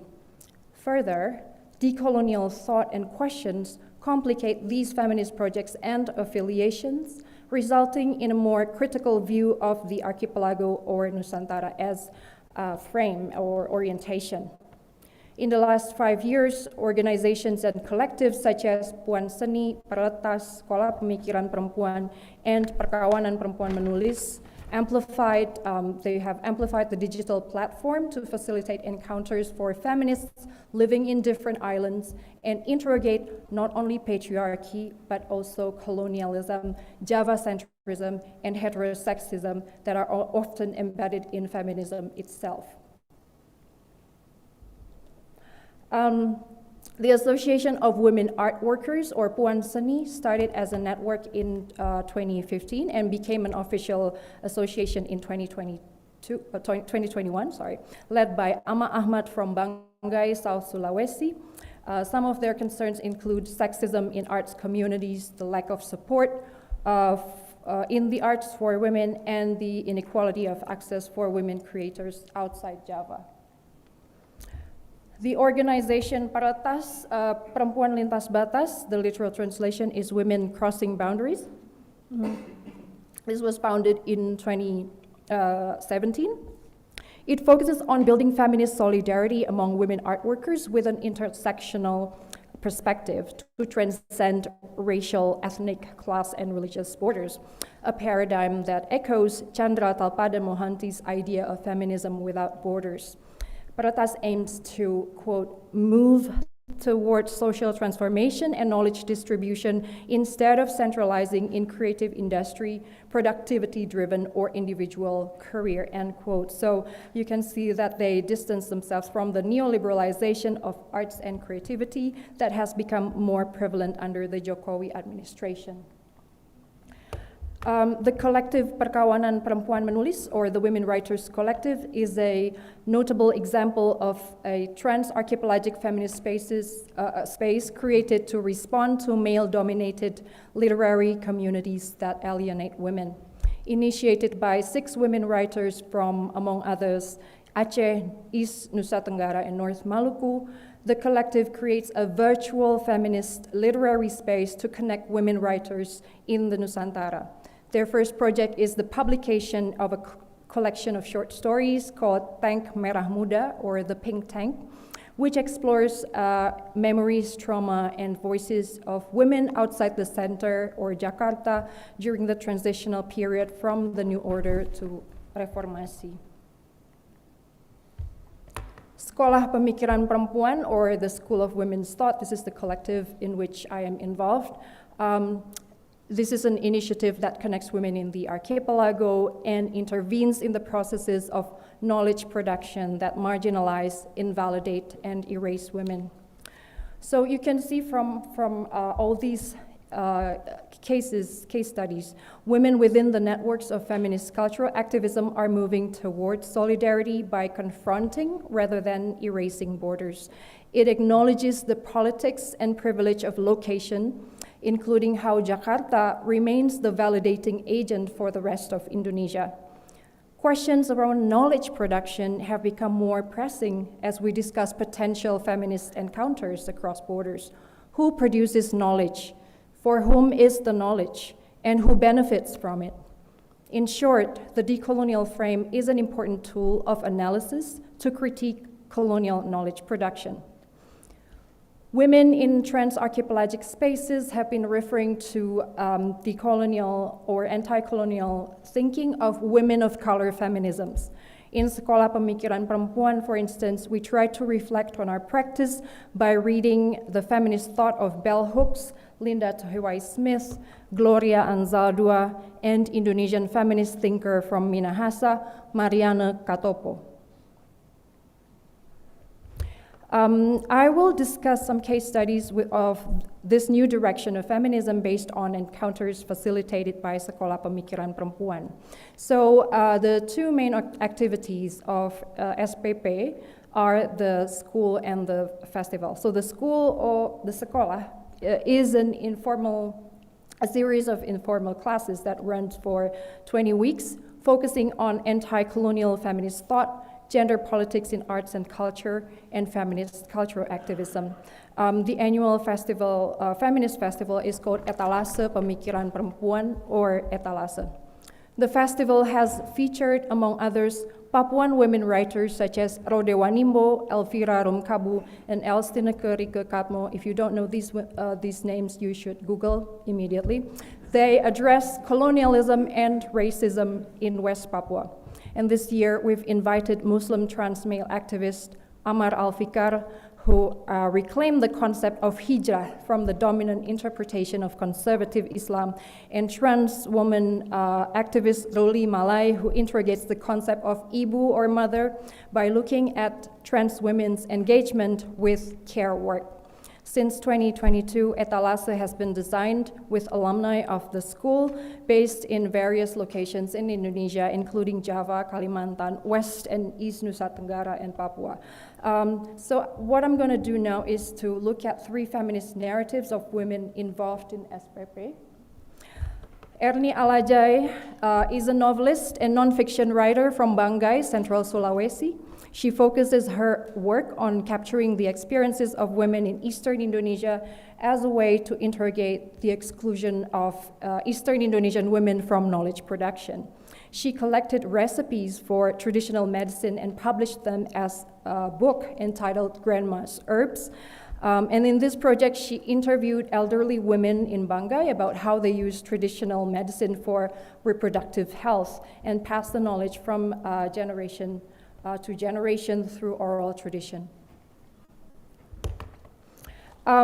This is Mata Hebi. She's a writer and activist from Sumba, East Nusa Tenggara. She published a book entitled Perempuan Tidak Biasa di Sumba, or Extraordinary Women in Sumba. Thank you. 1965-1998. This is a book about 15 women artists and activists in Sumba who have made important contribution to their society, but have been overlooked by their male-dominated culture, as well as Java-centric cultural field and feminist discourses. Through her interviews, Martha identifies local feminist tactics used by women activists in Sumba to push for a change in the community while negotiating with their adat, or traditional customs. Mata Hebi co-organized a panel in our Etalase festival entitled Manifesto Mama. Such a great title. She interviews Sumbanese activist Salome Rambu Iru about the violence against women in Sumba. Mata's active involvement in the event as a curator is an intervention to the common practice of cultural activism, in which women and minority groups outside the cultural centers are incorporated as tokens rather than decision makers. And through this panel, she has also pushed for a non-urban, non-Java-centered narrative of sexual violence. The last one is Septina Layan. She's a composer and ethnomusicologist. Septina's parents were originally from Maluku, but she was born and raised in Merauke, Papua, and her Papuan-influenced music has traveled nationally and internationally. She asks questions about who benefits from the circulation of Papuan music and culture, and how to make sure that the process of cultural production is fair for the Papuan people. In particular, Septina learned from Papuan feminist scholar Elstineke Rike Katmo, one of our teachers at Sekolah Pemikiran Perempuan. Through Elly Negeri presentation, Septina was introduced to the writings of Maori New Zealand indigenous scholar Linda Tahewai-Smith on decolonizing research methodology. Reflecting on the relation between feminist knowledge and her own practice, Septina is committed to exploring ethical, non-colonial, non-capitalist way of circulating the Papuan knowledge and ideas outside Papua. So here we have a trajectory connecting women in the global south, Septina Layan, Elly Negeri and Linda Tahewai-Smith, women of color feminisms, and this connection is enabled by a trans-archipelagic decolonial feminist space. So in conclusion, a trans-archipelagic decolonial feminist trajectory has emerged as a new direction in arts and culture. Women work collectively to dismantle the structural exclusion of women's knowledge and interrogate the domination of the West, in this case, not only the global North, but also Western Indonesia or Java in the processes of knowledge production. Drawing attention to geographical and cultural differences that shape women's experiences, they reject the universalizing notion of feminism. While conversation around feminism have become more prominent with global movements such as Me Too and the Women's March, it is important to remind ourselves that feminism is not singular, even within the global South. Indonesian feminisms show that women continue to find ways to dismantle structures of patriarchal oppression while acknowledging differences and ruptures within the feminist movement. And thank you very much for listening.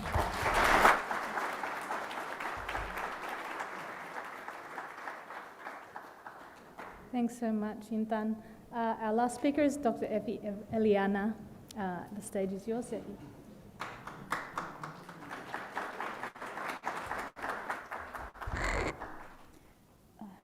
Thank you very much. Good morning, everyone. First, I wish to acknowledge the custodians of the land we are meeting today, the Nganawal and Ngambri people, past, present, and emerging.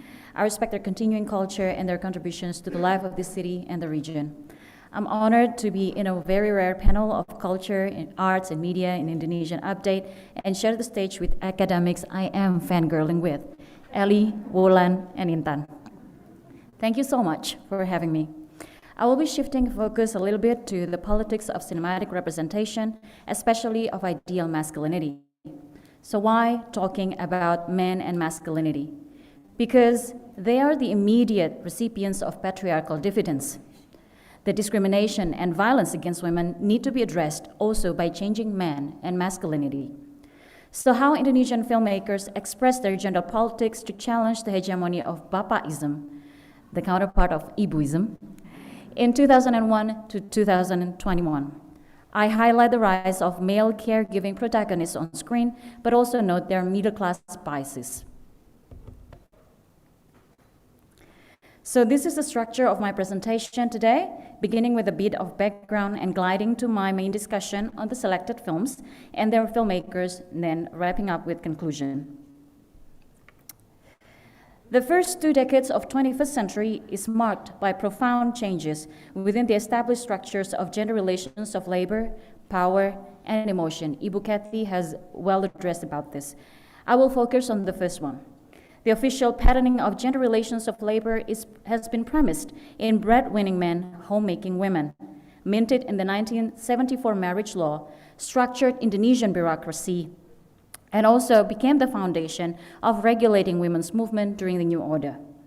This patterning also led to the heralding of Bapaism or fatherism as the hegemonic masculine ideal, which was vital in the consolidation and sustainability of the New Order. Bapaism is premised in men's breadwinning, protecting, authoritative patron leadership, and heteronormativity. This patterning became increasingly challenged as more and more women were able to access higher education, hold key positions in economically productive roles in public sphere, and feminist narrative of women empowerment and gender equality became a strong rival to the discourse of women's duties.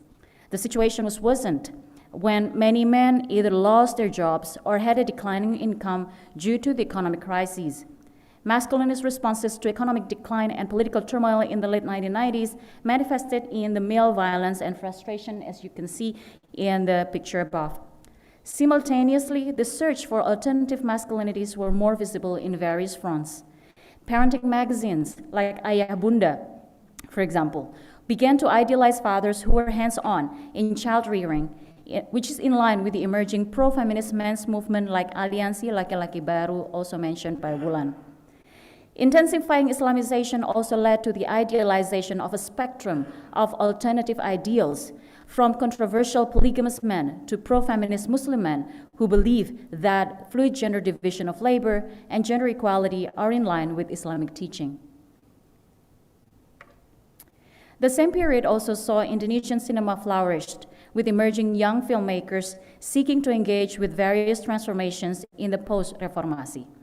Indonesian cinema became a political arena where gender ideals were reproduced or contested. Despite the profitability pressure, commercial filmmakers tap into contemporary events, fears, fantasies, and hopes, and give cinematic expressions to social experiences and realities in order to make their works relatable. These are some of the examples of the contestations.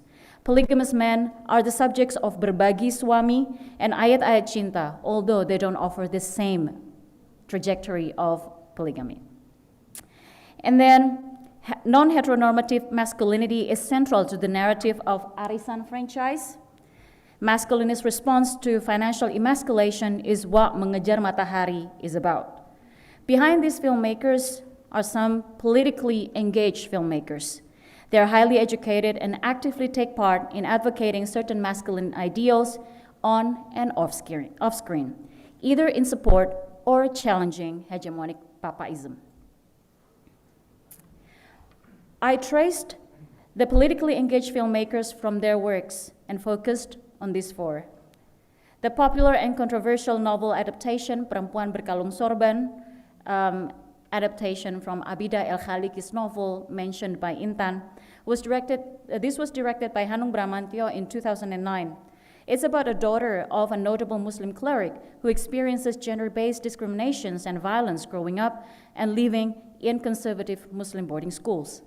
Her second husband is the antithesis to the conservative Muslim men around her, her father, her brothers, her first husband.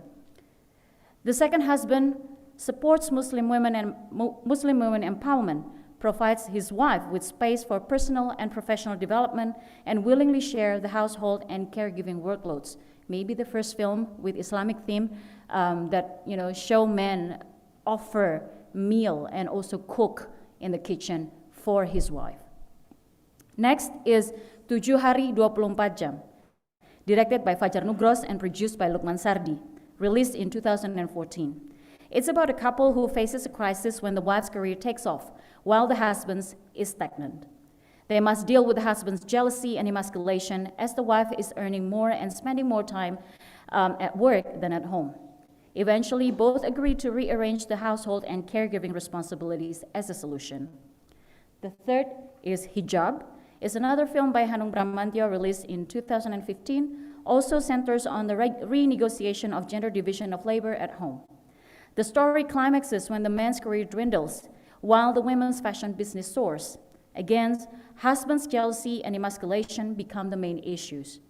Eventually, the husbands accept the redefinition of gender roles at home. They, except the one character representing conservative Muslim, are to be more involved in doing household chores and caregiving, as well as accepting that wife's income is non-threatening to their masculinity. Finally, Cinta Pertama, Kedua, dan Ketiga, directed by Gina S. Nur, 2021, is about trials and tribulations of the sandwich generation, of which most of us are, especially Indonesians like me. The male protagonist, Raja, the youngest of 3 siblings, finds his caregiving responsibilities conflicting with the pressure to find a stable job. Being an adult man, having a decent and stable job is an important gender identity marker, that he can be a family breadwinner for his parents and his future family.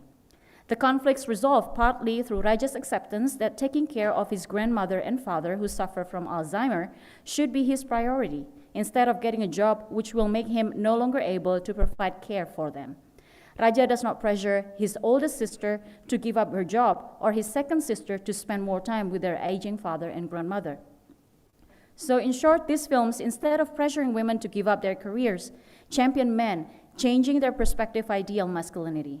They encourage men to let go of their obsession for becoming family breadwinners, albeit not entirely giving it up, and supporting men's bigger involvement in caregiving. Filmmakers, to a great extent, contribute to shaping what can be represented on screen and how. They negotiate between the politics and also the commercial dimension of cinema. Like it or not, their worldviews and potential audience response partly shape the narratives they offer. Compromises are often inevitable. Behind the four films are noticeably three politically engaged filmmakers, Hanung Bramantyo, Gina Esnur, and Lukman Sardi. Hanung and Gina has a long story of collaborations in filmmaking. Perempuan Berkalung Sorban grew from their dissatisfaction of their own previous work, Ayat-Ayat Cinta, most of us must be familiar with, where they claimed in an interview with me not having much liberty in developing the narrative.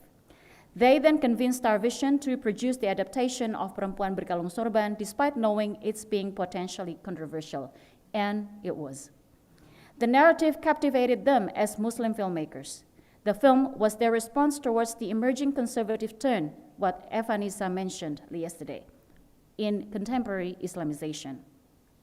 Collaborating with his wife, Zaskia Meka, in Hijab, Hanung, in an interview with me, claimed that the film was inspired by their changing relations as she found success in Muslim fashion business and became financially independent and richer.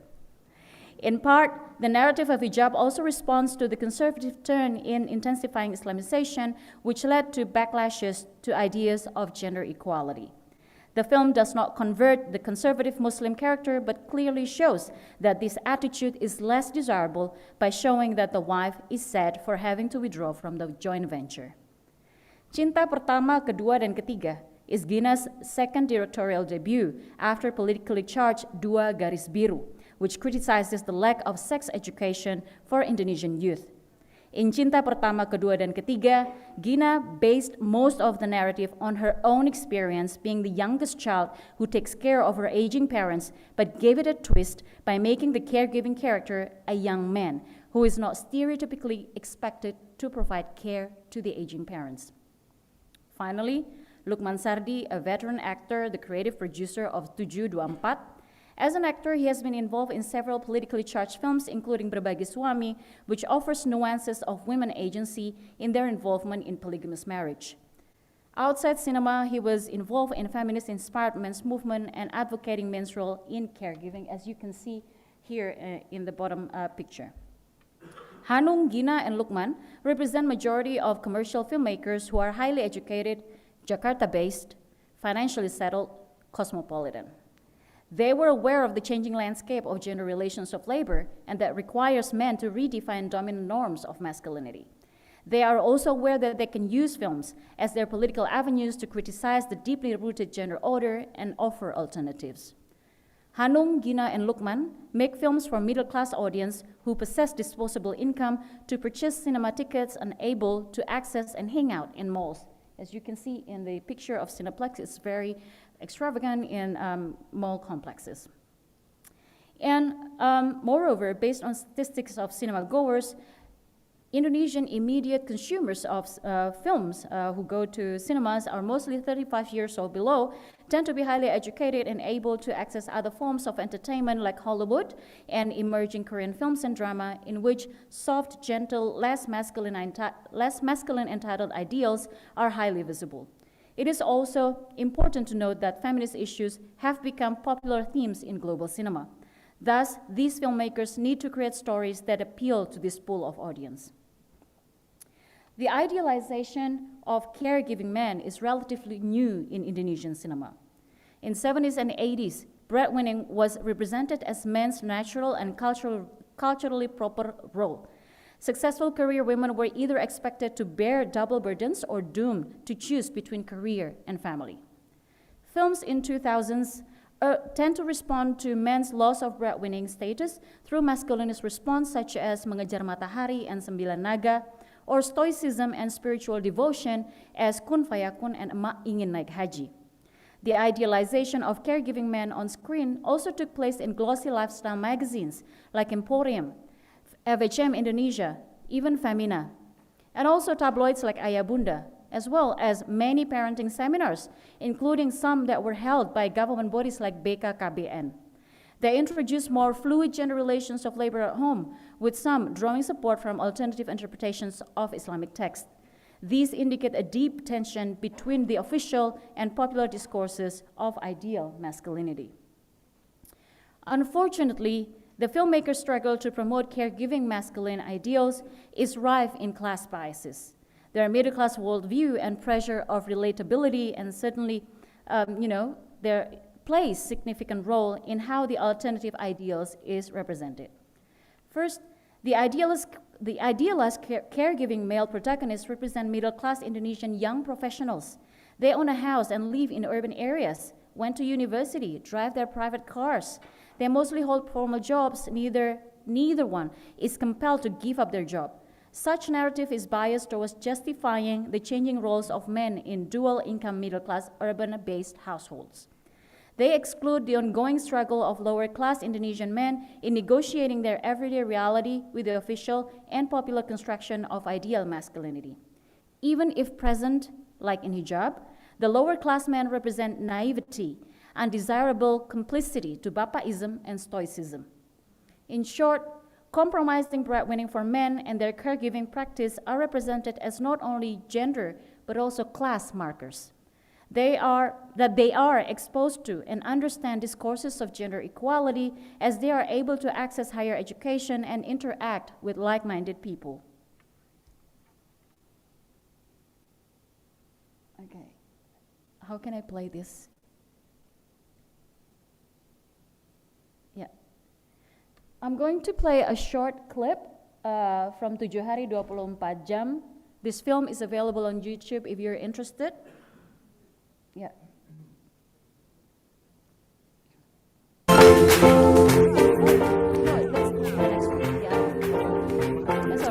The hijab,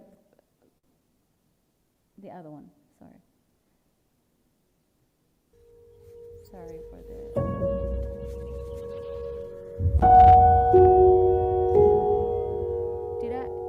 No, actually the clip was like towards the end of the film. If not, then maybe later. Okay. Sorry, but this film is available on YouTube. You can easily access the film because Dapur Film has made it because it's their own film, so they open it up for the public. Okay. Roles in public sphere and paid work, albeit reduced, are still important to male protagonists' sense of masculinity and middle-classness. While the idealization of caregiving men in many parts of the world has paved the way for the idealization of full-time stay-at-home fathers or husbands, none of the Indonesian films idealizes a full-time stay-at-home father or husband. They are more into reorganization of finance and power at home. The idealization of caregiving men also caters to the concerns and fantasies of middle-class audience. I'm going to give you an anecdotal example of, that before coming to Australia, I visited my neighbor who just gave birth to her third child. Okay. She was complaining when we talked, she was complaining about the unaffordable price of babysitter price in Malang, not in Jakarta. Her salary as a bank employee in the region is around 5 million or 500 Australian dollar a month. But a full-time babysitter would cost her like 60% of her income. While they finally resorted to conventional arrangement that it was better for her to be full-time stay-at-home mother, she was a bit reluctant to give up her job. If only there is a flexibility in their respective jobs, they wish they could keep both jobs, not only because of the money, but also for their self-expressions. So these films cater to such urban middle-class fantasy and hope of more equally structured employment. If only the reality of screen of job arrangement can be as flexible as on screen. In conclusion, I have demonstrated how Indonesian cinema became a political arena to contest the hegemonic ideal masculinity, papaism, by showing the presence of politically engaged filmmakers who negotiated between politics and economy to promote an alternative ideal. Drawing from feminist discourses of gender equality or choice and agency, these filmmakers lean towards more fluid patterning of gender relations of labor at home, thus challenging the deeply rooted breadwinning men, homemaking women gender patterning, which is vital to the hegemony of papaism. Yet we cannot help but notice that the struggle was rife in middle-class biases. These biases warrant the elitist nature of the struggle, possible commodification of feminist ideas, and also the shifting responsibilities from structure to individuals. In short, change is underway on the silver screen, but we should be warned of the visible biases and the gap between on and off screen. And yes, we need to start talking about how men and masculinities have and should change in order to support gender equality. Thank you.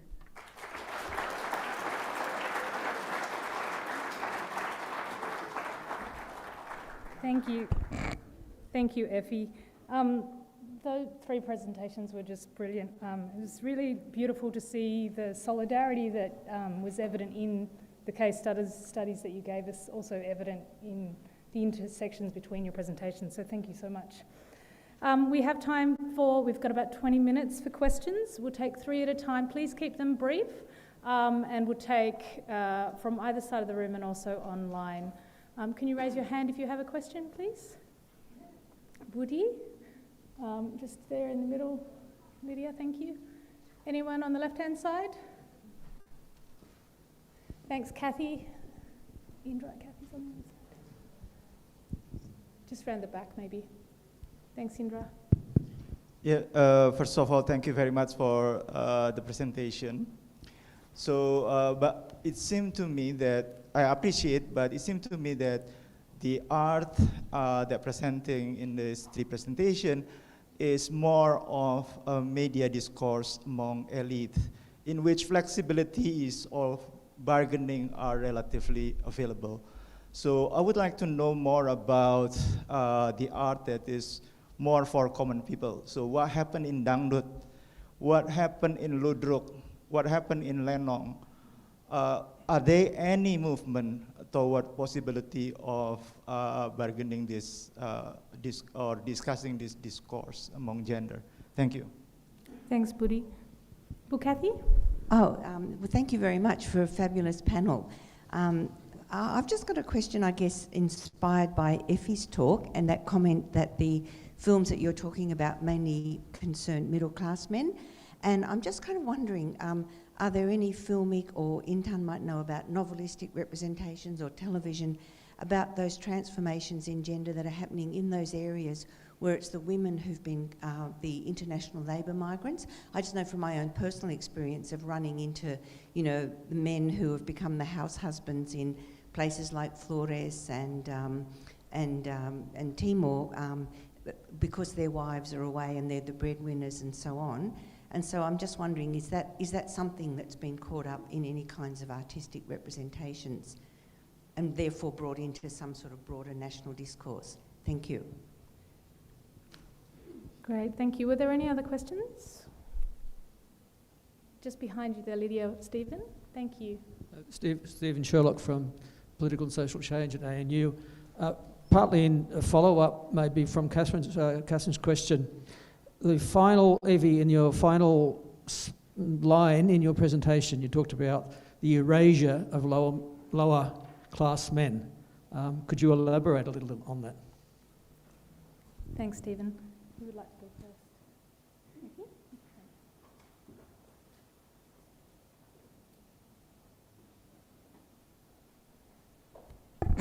Thank you so much for the very important questions, Pak Budi, Kathy, and also the last question on erasure of lower class men.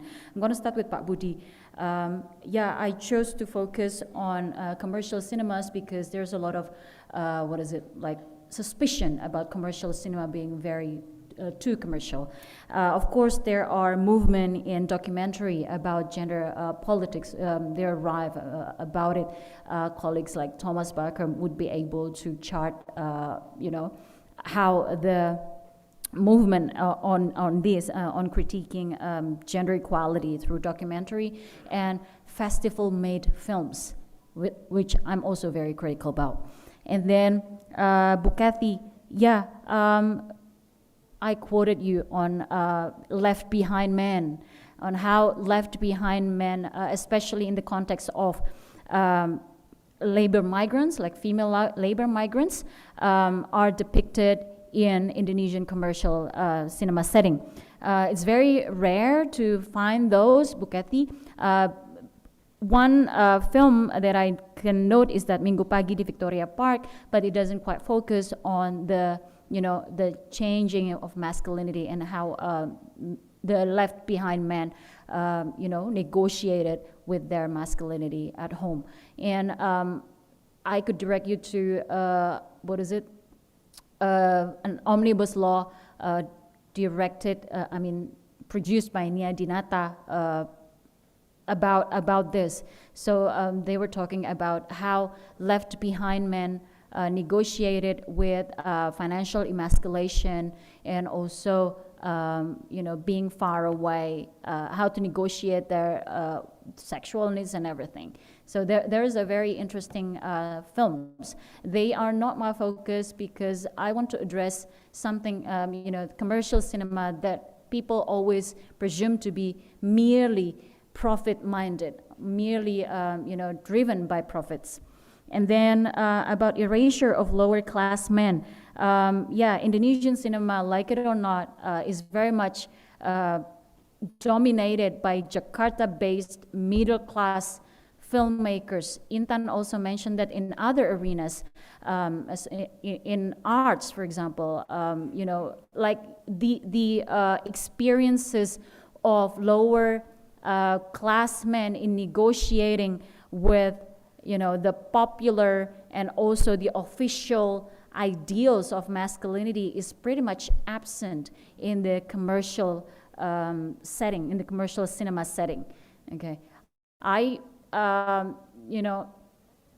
that it is about the worldview of the filmmakers partly, and also they think that they imagine that the audience will be interested in how the films can address their this middle class reality because it is their reality.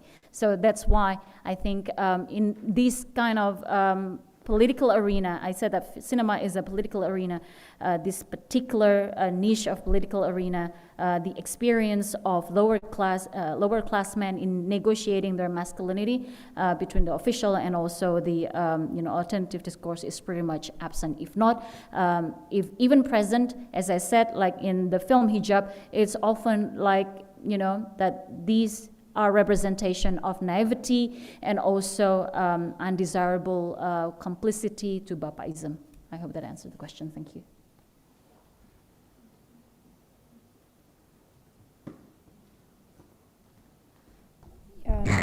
So maybe this is to respond to Budi's question about the media discourse dominated by elites.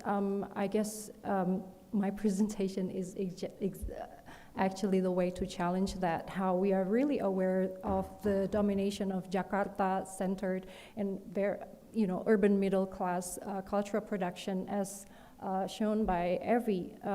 So what women do in these trans-archipelagic decolonial spaces, we are questioning where knowledge is produced and where knowledge is circulated, and knowledge meaning the kind of arts that you are producing, the kind of discourses around the arts, for instance. So if we think about circulation, we are really questioning the place where your art is circulated, right? Does it have to be in movie theaters?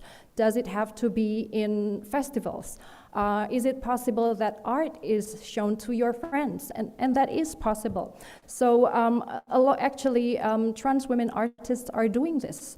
For instance, Sanggar Saroja, a trans women community in the arts, many of them are working class, and they produce performances, they produce theater in Jakarta, and they use the money to gain support for trans women who are impacted economically by COVID-19.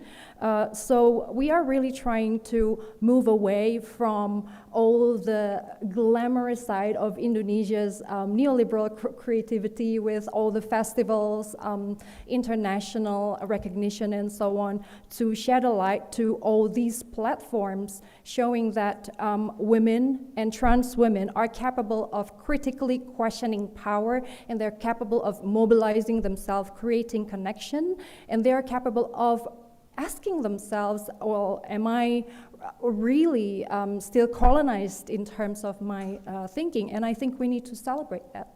Thank you.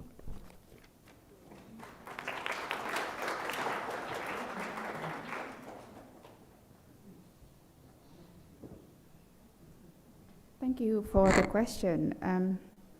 For the question on the common people, I think we need to remember as well that the examples that I've shown here today is also a legacy of the sort of crushing of the leftist movement in 65 and 66, whereby visual artists still sort of until today struggling to think through about how their practice involve the realities of, if you like, common. There's that legacy there that's still unresolved within Indonesian art history, Indonesian art writing, that's still going, still working through that. However, it doesn't mean that artists are not working with the sort of everyday realities. Mulyono, for example, have worked for a very long time, starting, not finishing art school, and then he decided to become an art school and develop projects from there, precisely working, developing, an awareness of the role of arts and creative practice within that small village in Tulungagung where he lived. Arahmayani, intensely working with communities around Merapi, to organize community festivals celebrating cultural diversity and tolerance.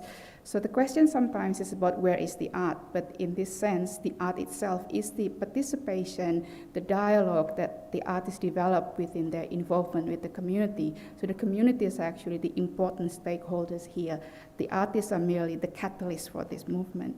Now, sort of wanting to respond to Katie's question as well about the TKW. So Tintin Wulia, another visual artist, she worked with domestic workers in Hong Kong.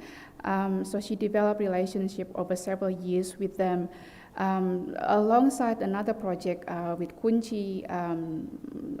Cultural Studies are also doing something about enabling creative expressions through writing, through drawing, again, to have that sense of outlet for them, sort of escaping their domestic duties works, and also about thinking about their empowering themselves as a creative person, and also connecting better with the expectations of, or maybe overcoming that sort of stereotype and expectation of domestic workers, that they are indeed fulfilled and can be creative through these various collaborations that the initiatives by Tintin and Kunci did.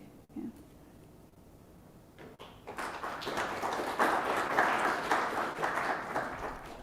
Thank you. I think we still have time for some more questions. Please raise your hand. We have some from online. So I'll throw to Alex while we wait to see if there's any more in the room.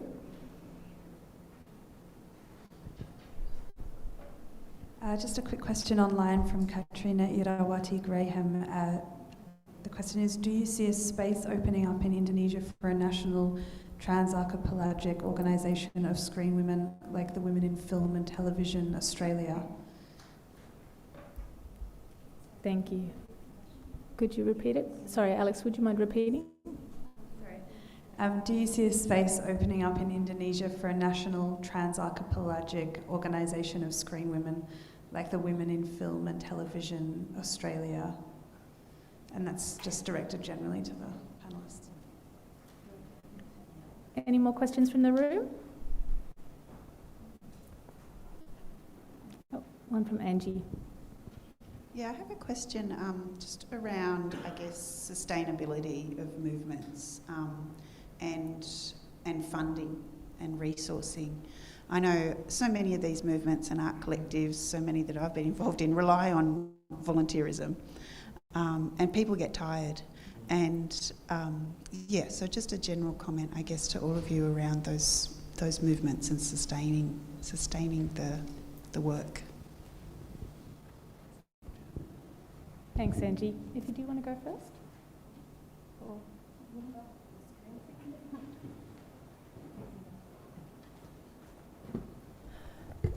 Yeah, this is to respond to Katrina's question. Thank you so much. So in terms of women on screen, what we've been witnessing in these trans-archipelagic feminist spaces is that they are quite interdisciplinary in terms of approach. So, for instance, in our collective, we have filmmakers, we have performers, writers, and so on. I think there are small communities with women on film. For instance, there's also anti-sexual violence movement within film. It's still quite slow, but I think in terms of film, because it mobilizes so much funding, so much financial support, it is slow, but it's ongoing.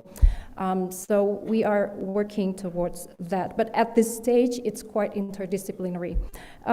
So in terms of sustainability of the movement, responding to Angie's question, yeah, I think this remains our challenge because a lot of these collectives, they either fund themselves through support from foreign funding, or they support themselves through funding from the government, and that is quite a challenge due to the bureaucratic regulations that we all need to deal with when we talk about funding. So it doesn't mean that the government, Indonesian government, has no money. That's the other way around. It has a lot of money, but who gets the money? That is the question. With the commercialization of arts, the view that art should attract some commercial interest, that is becoming more and more difficult for non-commercial artists, or for, let's say, collectives like Sanggar Seroja, which I've just mentioned, who create art not for the purpose of the commercial public or for festivals, but for your community. You create art to support, to strengthen your community. So where is the place of that kind of art in our neoliberal regime? That's our challenge. And another challenge is that, yes, this involves a lot of voluntarism, and there's a lot of these collectives, when they create something, they try to pay people involved, but there's so much more if we really want to decolonize our practice. So for instance, in organizing our feminist festival, there's a lot of what you call care work involved to make sure that everyone gets the attention that they deserve, because not everyone has, for instance, equal technology. You really have to work with individual people, and that is really beyond the financial support provided. So there's a lot of homework there. But yeah, I think in order to decolonize, you need to take the difficult road. It is really difficult, and we need to see it as an ongoing process. It's instead of a fixed location.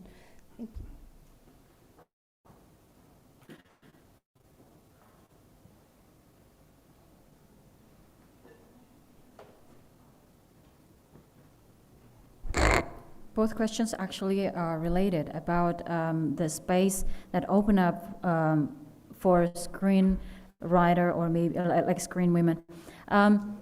I agree with Intan. There are few of them. They're present, but they are, facing a serious challenge of sustainability. Back in the day, Nia Dinata, with her foundation, Kalyana Shira, produced a number of films, feminist-themed films, and also train men and women, young men and women filmmakers, how to make films with women's perspectives. And she also ran V-Fest, Festival for Women's Cinema, only a few years, but then challenge also came from funding.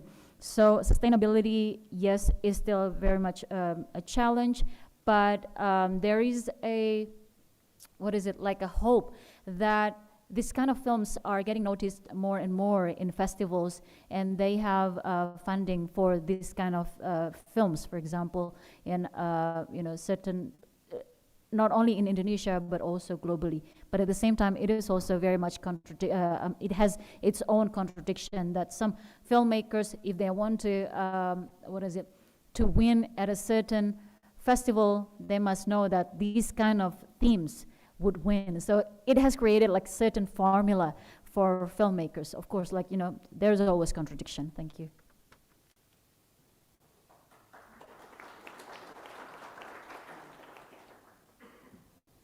Just responding to the question of sustainability, I'm taking a slightly different perspective here. In visual arts, the government is actually a latecomer in the industry. So all the examples that I've talked today, they're mainly initiated and driven by the private sector. By private sector, I don't mean private companies, but by individuals, artists, collectives. At the same time, the sustainability itself is more about generating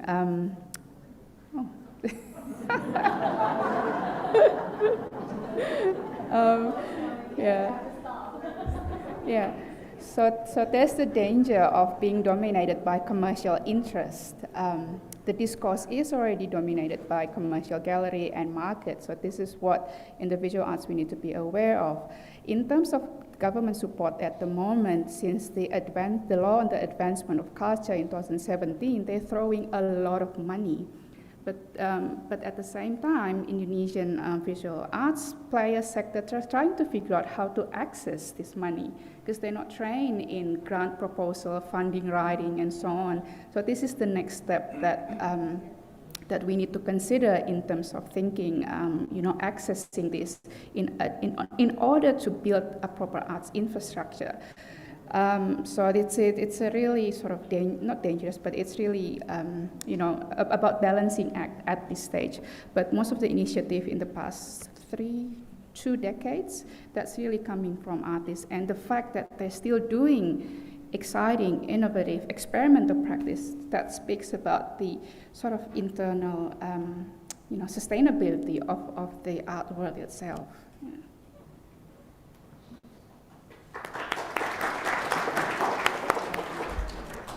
Thank you. We have, apparently I missed a question on this side, and we have another question from online. Could you raise your hand again if I missed somebody over here? Sorry? Oh, thank you. Indra's got the microphone for you. While it's coming to you, I might take Alex's question from online and then yours. I've got a question. Thank you. I want to ask about whether we can remake our traditional art. Is it still meet the current people interested? For example, like in Lombok, I'm from Lombok, West Nusa Tenggara.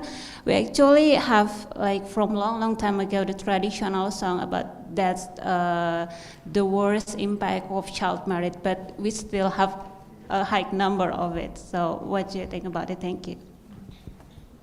Thank you. And Alex? And a question from Wahyu Susilo. In Hong Kong, hundreds of Indonesian women migrant workers articulated expressions and protests and organized a community of migrant worker literary writers, Komunitas Sastra Pekerja Migran. They published anthologies of poetry and short stories. These are often not considered works of art or literary works. What do you think? I think that one might be for Intan as well. Okay, did you want to respond to, did somebody want to respond to the first question?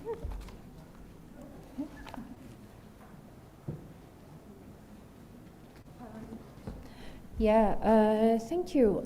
So in terms of traditional art, what I see in this new movement in arts and culture is that women are exploring traditional forms of art, music, performances, literature, and so on, but they try to look at it from a more critical perspective instead of glorifying the old and the traditional. So they're very critical while at the same time acknowledge that this is the source of their creative work. So for instance, what we did in our festival this year, this is an online, very cheap festival, by the way.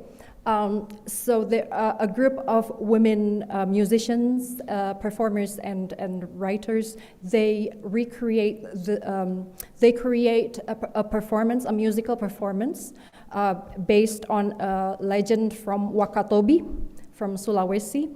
And this was driven by someone in the group who's from Wakatobi. So everyone in the group felt really, they felt stimulated by the idea. So what they did was to actually pick up some myths from Wakatobi, which could be quite discriminating against women or a lot of violence against women, but they actually turned the myths, Wakatobi myths, into feminist perspective, and I find it, and it was done by a woman from Wakatobi, so it's really great. From Wahyu, thank you very much for the, I think that's information for all of us here. Yes, I think the migrant workers have been very active writing about their experiences, especially in migrant workers in East Asia, and they've been submitting their works to competitions as well. They've been winning awards, actually. But however, in Indonesian literature, as we've discussed, there's still the problem with gatekeepers who actually decide which works are literary and which works deserve attention. So sometimes their works are not really considered, serious or literary. So I think we need to create more platform to allow these women to tell their stories. And I think some of them are working within the Forum Lingkar Pena, or the network of Muslim women writers collective. So, however, I think we need to sort of talk more about these experiences and perhaps reframe these experiences and think about it in a more feminist way. How are these women's experiences erased in the history of literature? And that's all. Please join me in thanking our speakers today.